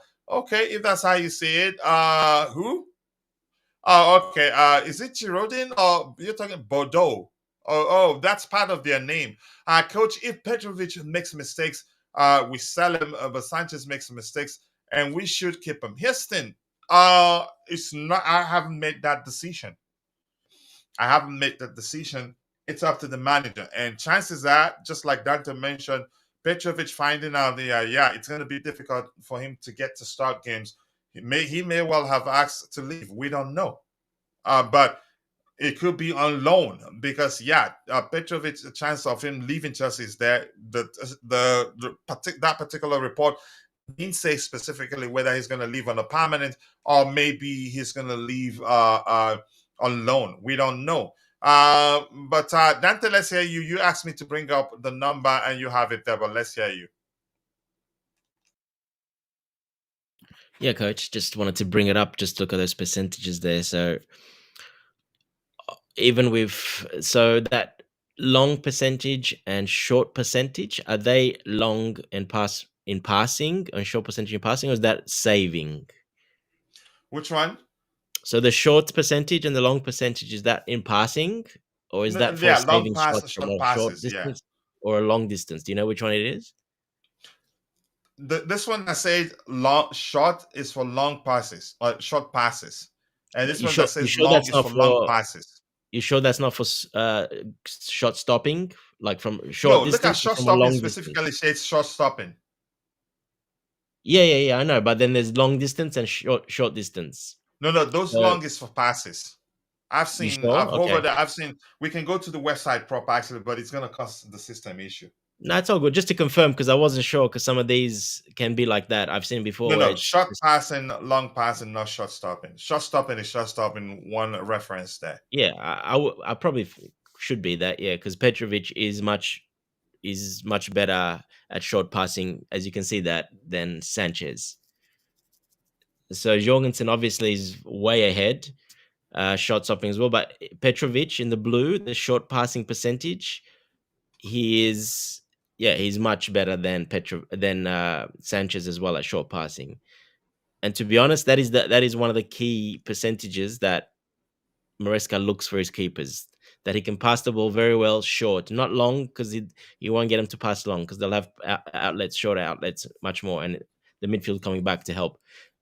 So yeah, Sanchez is good at obviously longer passing, but yeah, we didn't see Petrovic do long passes because that's what everyone said when he had to do a long pass or he got pressured, he would just boot the ball up high or out of bounds. Whereas Sanchez would take the player on or try to make a very difficult pass and would have problems. But for me personally, I think for Maresca, the short passing is much more important for him because that's what you need to be. Then if that's the case, let's assume if that's the case, not assuming, we know that's the case, then why is it there hasn't been much talk about Petrovic getting a chance actually? The only thing we're hearing is that so that's why I'm surprised because I see that as a big plus for Petrovic to do. And let's remember, he didn't make not one mistake doing short passes, not one, zero. He did every perfect pass, and he's very good at, for me, because that's what I kept saying. He's very good at short passes. He's much better than Sanchez. Sanchez is not good at short passes because he's got his head down most of the time. He's very slow, so he's not good. So he hits it longer. And even that long, the reason you see long much better for Sanchez there as well, because like I said, that's that when you hit it long and it touches your player's head, that's down as a long pass, successful long pass. So that is an extremely stat that's not really that relevant. I never saw it as relevant because of that reason. But yeah, Petrovic is a much better short passer of the ball, which is what you need. But even so, maybe Petrovic still believes he's the starter and wants to be the starter, and he doesn't want another goalkeeper coming in that he's been told he most likely will be the competing with him or backup, more likely backup for the keepers. So he's still, even if he's second or third, he might just want to go out on loan and play every week because he thinks that's what he's good enough to do it. Here's the thing. I'm going to go back to what I said before in terms of comparing Petrovic and Sanchez. Where the other one does well, the other one lacks. But Sanchez beats Petrovic in more metrics. Yeah. He beats him in how many metrics? Here, Sanchez is the one in this color. 1, 2 beats him here, 3 and 4 metrics. Long passes to while Petrovic beats him in 3. So, 3 but metrics, but the important ones are the short passing and shot stopping. They're the two. They're quite important. So, yeah, I don't know. I don't see the shot Sanchez stopping there also for beats him in Petrovic. shot stopping. I don't Far see, is it better than exactly shot the same? I stopping. can't see it for Petrovic. Look at it. Can you see my screen here? Sanchez is way better than Petrovic in terms of shot stopping. Look at where Petrovic is. But he Petrovic can't is the beat. blue guy. That doesn't make sense, coach, because he can't. You're telling me he didn't stop shots at all? 0? That's right in the middle. It's not 0, but Sanchez did way better than him in that aspect. I don't know why. Yeah, because I don't see a blue one at all. So it doesn't make sense why that's I can right in see the it, middle. probably because of your screen, but because I have the main copy here, I can see it. Oh, okay. Is it the same as pink or something like, or is it really down? Really Right down, in the really middle. down, really It's down right for in the the middle. right in the That's middle. weird. Yeah. Yeah. That is weird. That's in the So middle. that's what I'm saying. So that maybe that's also an important aspect that the manager is considering. You see that he's Yeah. also really down in terms of long passes because sometimes you need to go long to find your man. Yeah, coach. But You see long that? passes, like I said, it's very deceivable stat because if he touches your player's head, he's going up for the header to get it. That's considered a successful pass. So it's very deceiving, that stat. I never liked that stat. And you could argue maybe the manager, maybe the decision makers went for the fact that Sanchez is a better shot stopper, but I really like to see this in real numbers, but I don't want to go to that Yeah, website right exactly. now. Yeah. His shot passes, you can say, yeah. I don't know. I think I'm gonna move on from this particular topic. It's Horrible. Yeah. there are lots of reasons to argue for or against of the two goalkeepers. I've always known, irrespective of whether anybody thinks about the two of them, we can do much better than the two goalkeepers. And it turns out that's the case. And I still believe, as much as I'm not the manager, we don't know what's going to happen. Chances are we'll sign in Jorgensen to come and be the number 1, or maybe compete with Petrovic, as we're being told. IB here is saying, but Coach Sanchez will have a shorter sample size over Petrovic since he was injured. Nope, the minutes they played not that bad. Sanchez actually played a lot more. No. Petrovic played a lot more overall. 2,264, and then Sanchez 1,000. 635. So yeah, the sample size matters too. So I think it's not as simple as it sounds. And this doesn't tell us. This just tells us which of the goalkeepers finished the season better. It doesn't tell us overall who's the better goalkeeper. If you really want to find out who's better, you'd have to go to a season where they both played an equal amount of game and check how consistently they performed well. It takes a lot to find out who's the better goalkeeper. Go ahead. Were you saying something, Dante? No. It's all good. No. All right, thank you. I appreciate you, Coach. I think Sanchez will start season as first choice. I did say that too. And if again, Jorgensen could, but even if Sanchez starts, I don't know. Let's see what happens. If he comes It in depends early, on how soon Jorgensen joins preseason. Exactly. Yep. Yeah. Let's see. But we'll see what happens.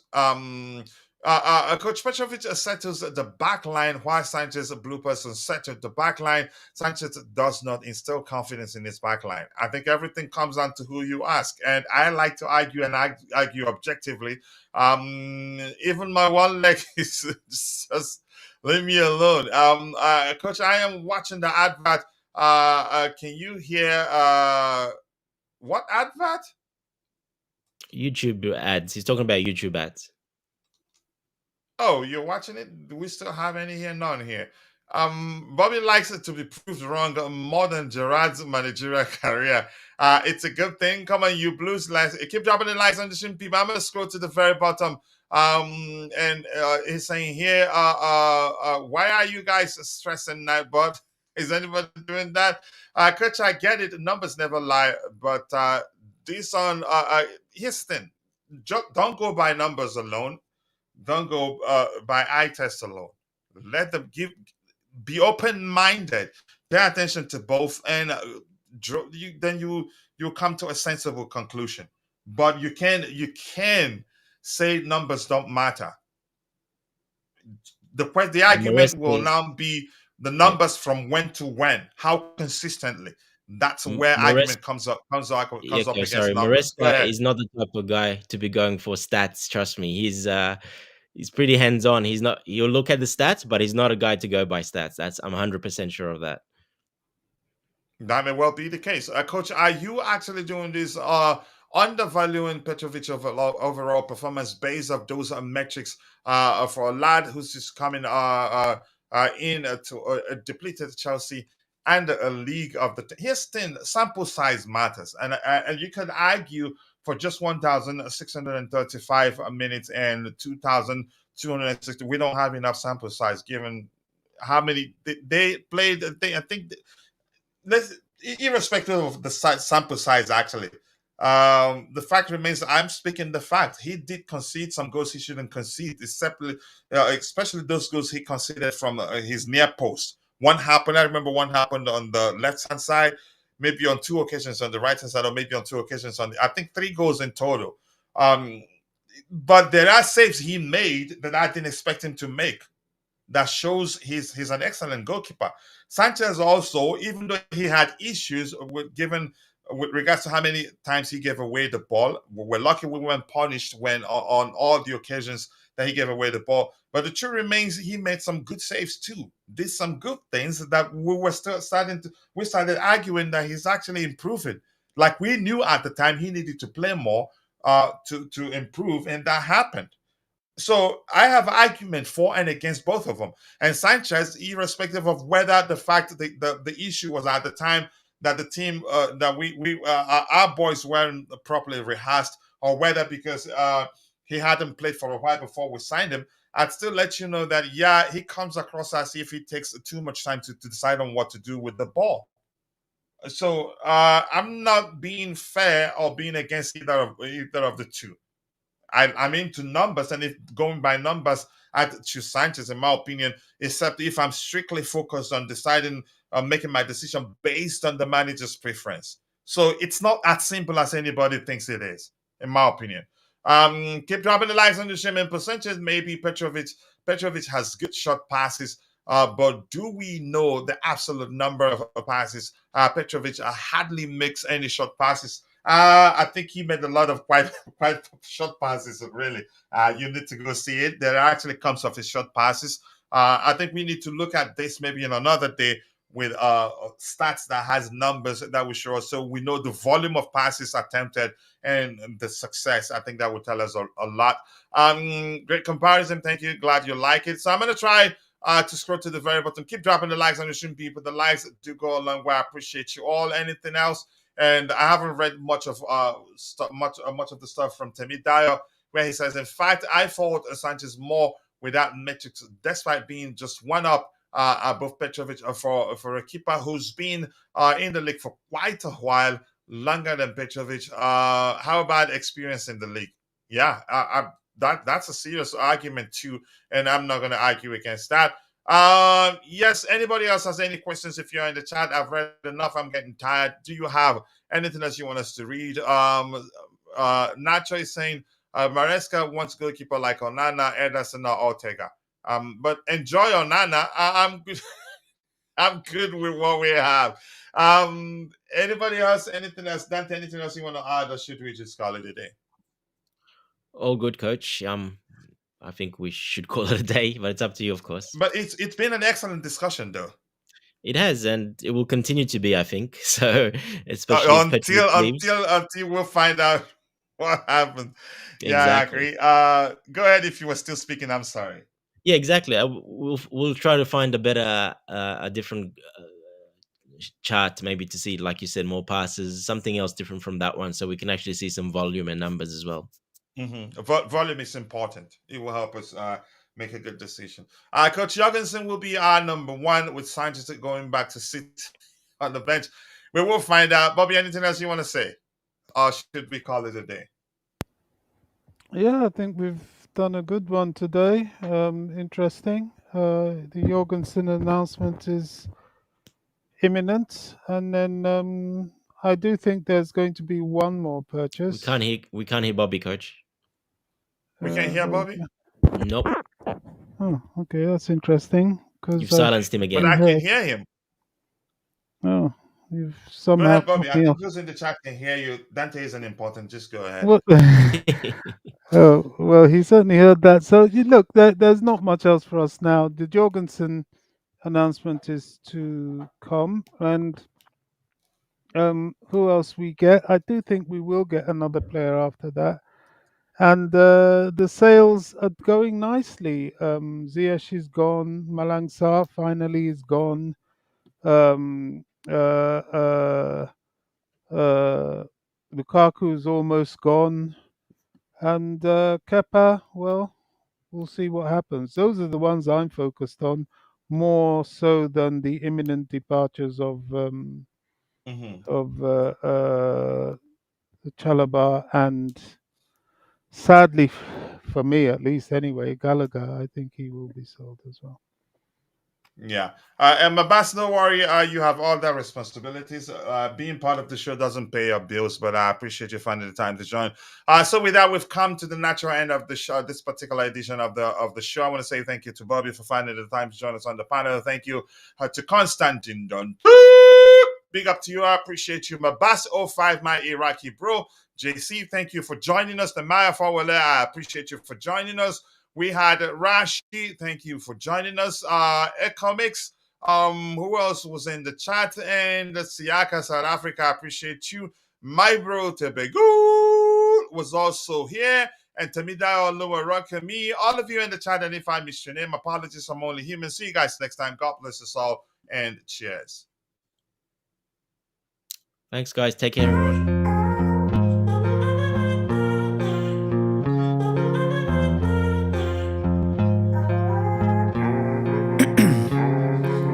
Ice in my veins, I've been driving this train. Years in this lane, there's no stopping this flame. Cause I came to the game and I changed it to play how I like, rearranged it to my own domain. Yeah, I got what it takes, made lots of mistakes, taking shots, skipping breaks, feeling lost, feeling great, popping off, singing straight, never stopped, never changed. All the squad here to play, and I've got something to say, yeah. I work hard each and every day, I get lost in the words I say. I don't push pause, no, I push play. I won't stop till I make a change. I withdraw on the things I make. I turn flaws into flawless traits. I build tall, never capped in space. I won't stop till I hear him say, oh, oh, la, la, la, la, la, la, la, la, la, la, la, la. Oh, oh, la, la, la, la, la.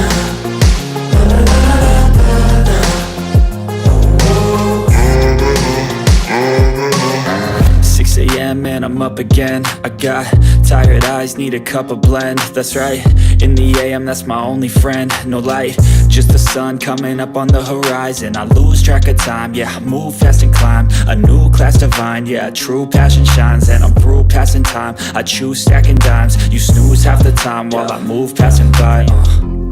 I work hard each and every day, I get lost in the words I say.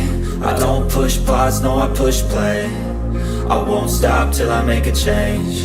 I withdraw on the things I make. I turn flaws into flawless traits. I build tall, never capped in space. I won't stop till I hear him say, oh, oh, la, la, la, la, la, la, la, la, la, la, la, la.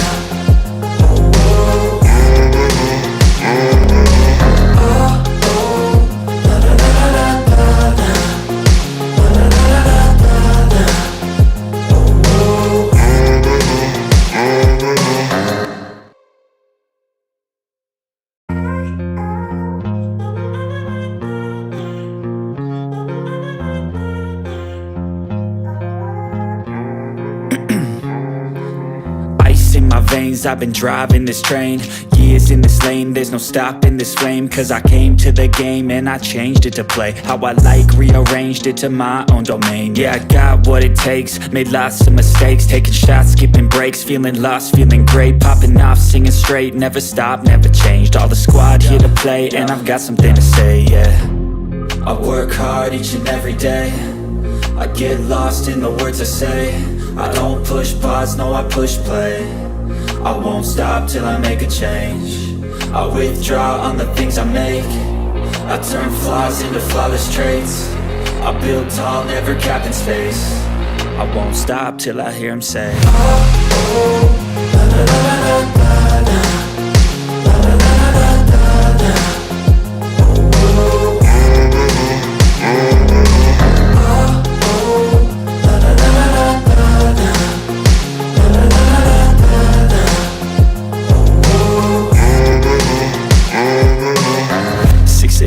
And I'm up again. I got tired eyes, need a cup of blend. That's right, in the AM, that's my only friend. No light, just the sun coming up on the horizon. I lose track of time, yeah, I move fast and climb a new class divine, yeah, true passion shines. And I'm through passing time, I choose stacking dimes. You snooze half the time while I move passing by. I work hard each and every day, I get lost in the words I say. I don't push pause, no I push play. I won't stop till I make a change. I withdraw on the things I make. I turn flaws into flawless traits. I build tall, never capped in space. I won't stop till I hear him say, oh, oh, la, la, la, la, la, la, la, la, la, la, la, la.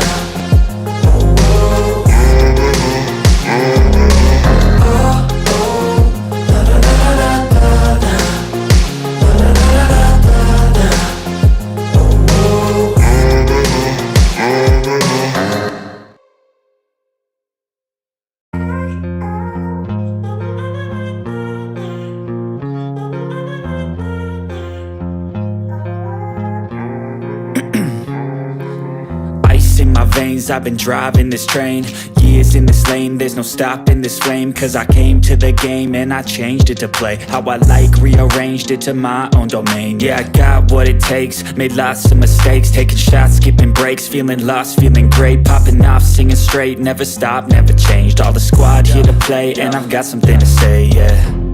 I work hard each and every day, I get lost in the words I say. I don't push pause, no I push play. I won't stop till I make a change. I withdraw on the things I make.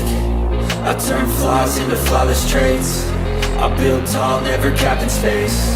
I won't stop till I hear him say, oh, oh, la, la, la, la, la, la, la, la, la, la, la, la.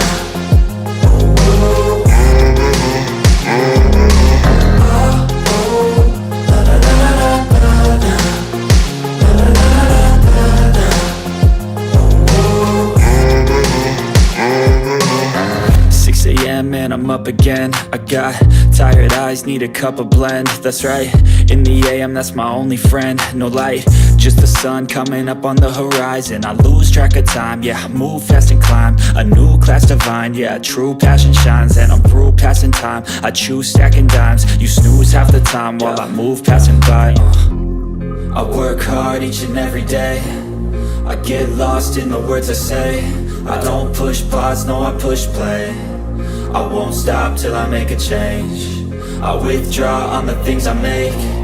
I turn flaws into flawless traits. I build tall, never capped in space. I won't stop till I hear him say, oh, oh, la, la, la, la, la, la, la, la, la, la, la, la.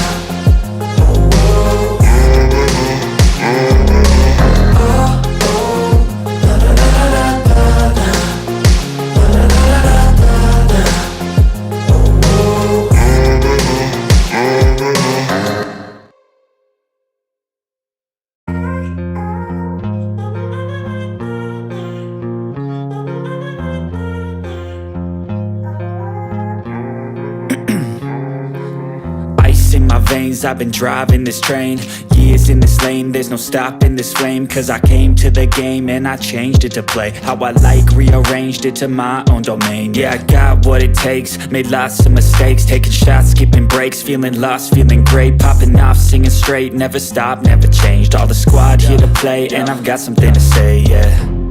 I work hard each and every day, I get lost in the words I say. I don't push pause, no I push play. I won't stop till I make a change. I withdraw on the things I make. I turn flaws into flawless traits. I build tall, never capped in space. I won't stop till I hear him say, oh, oh.